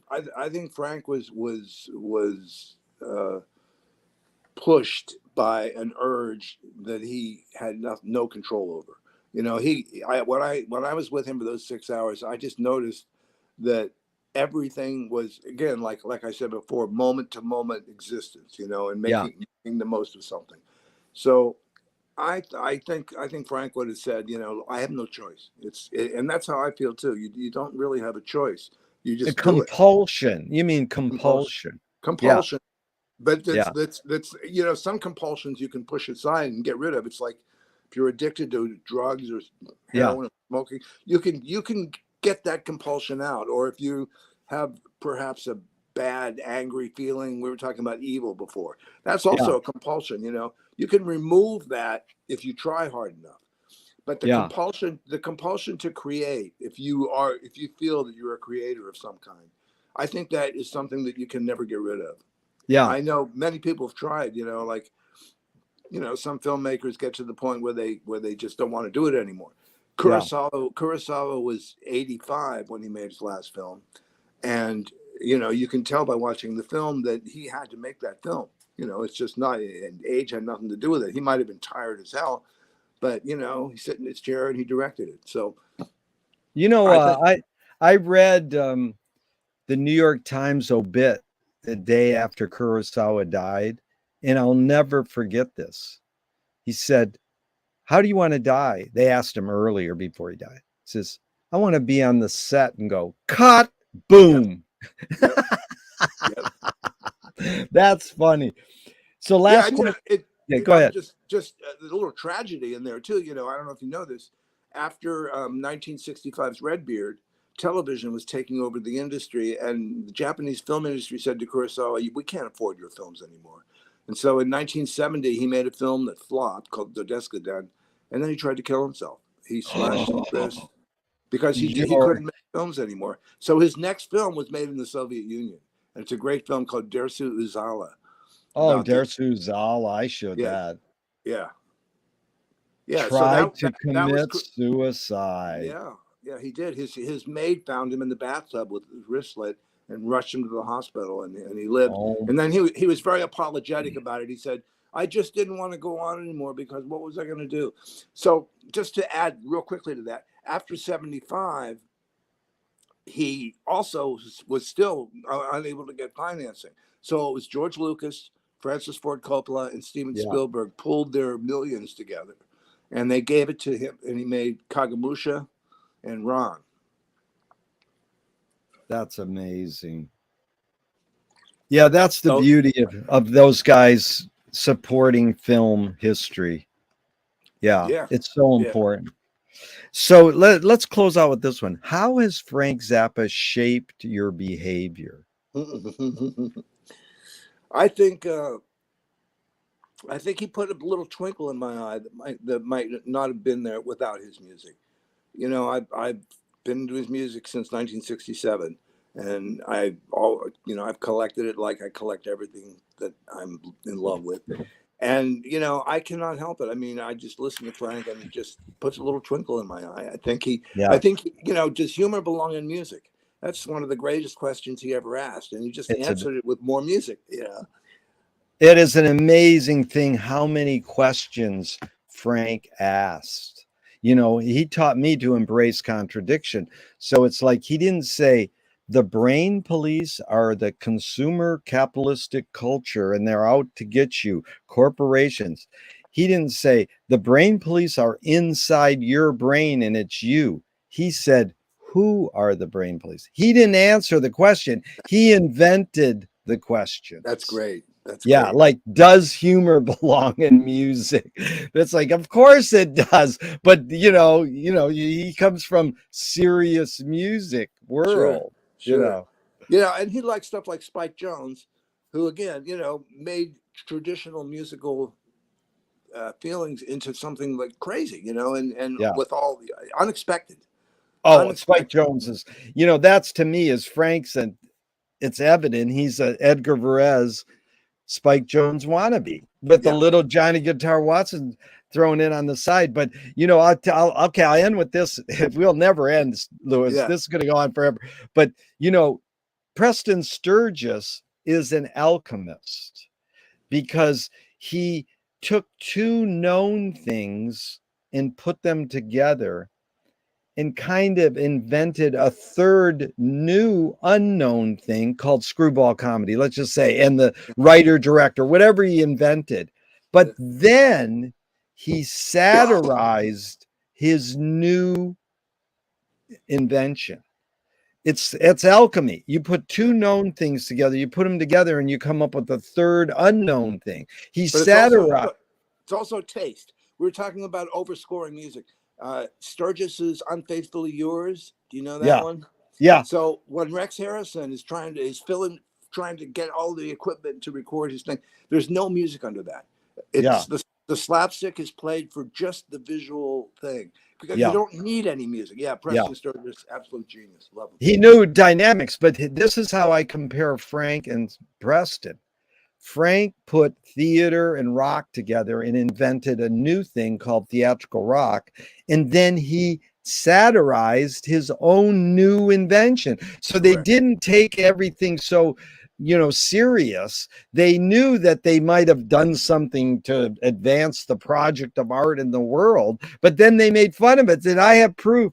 I was in Vegas once watching a lounge act, and you could tell they were so knee deep in the swamp muck of playing Mustang Sally or whatever for the 80 millionth time that they were mocking themselves. And the audience doesn't know that. You got to sort of watch it. And I No, says, this band is like the early mothers of invention. America drinks and goes home. That's it. Totally. America drinks and goes home. In fact, do you know the name of the pianist Frank's making fun of in America Drinks and Goes Home? I'm not sure. Earl Garner? What, No, Susie, what's his name? Cavallero. Something Cavallero. You will never. freak out. My friend is a scholar in piano. And I goes, can you play this? And he goes, oh, that's Frank making fun of, I want to Oh, say, that's great. and it's amazing because I never found any Zappa head who knew who Frank was making fun of. I got to With check that that be, out. yeah, Cavalier. I will look up his name. I'm sorry I can't remember it right now, but it will keep people coming back for more. Lewis, thank you so Jerry, much. I appreciate letting me go over like this because we've had a really solid conversation here. Oh, it's been so diverse and solid, but it's scattered. See, what I like is anecdotes and storytelling. Then you get the real epiphanies from Joyce. You get the epiphanies in everydayness. In fact, what you said, moment to moment, Frank's skill to live in the moment, is Wyndham Lewis. The artists live in the present and write a detailed history of the future. Oh, Be here now. That's the absolutely. Ram Dass. Yeah. Yes. Yes. All right, Louis. All Thank right, you. Jerry. Hey, thank you so much. I really appreciate it, and I love you. Love you so much. And I'm going to hit the end broadcast button, but I hope this never ends and we'll talk forever and ever. All right. Let me know if you want to do it again. I'd be very happy. Oh, I will. We'll set it up as soon as this ends. Definitely. All Yeah. right. Love to Okay. Susie too. Thank you.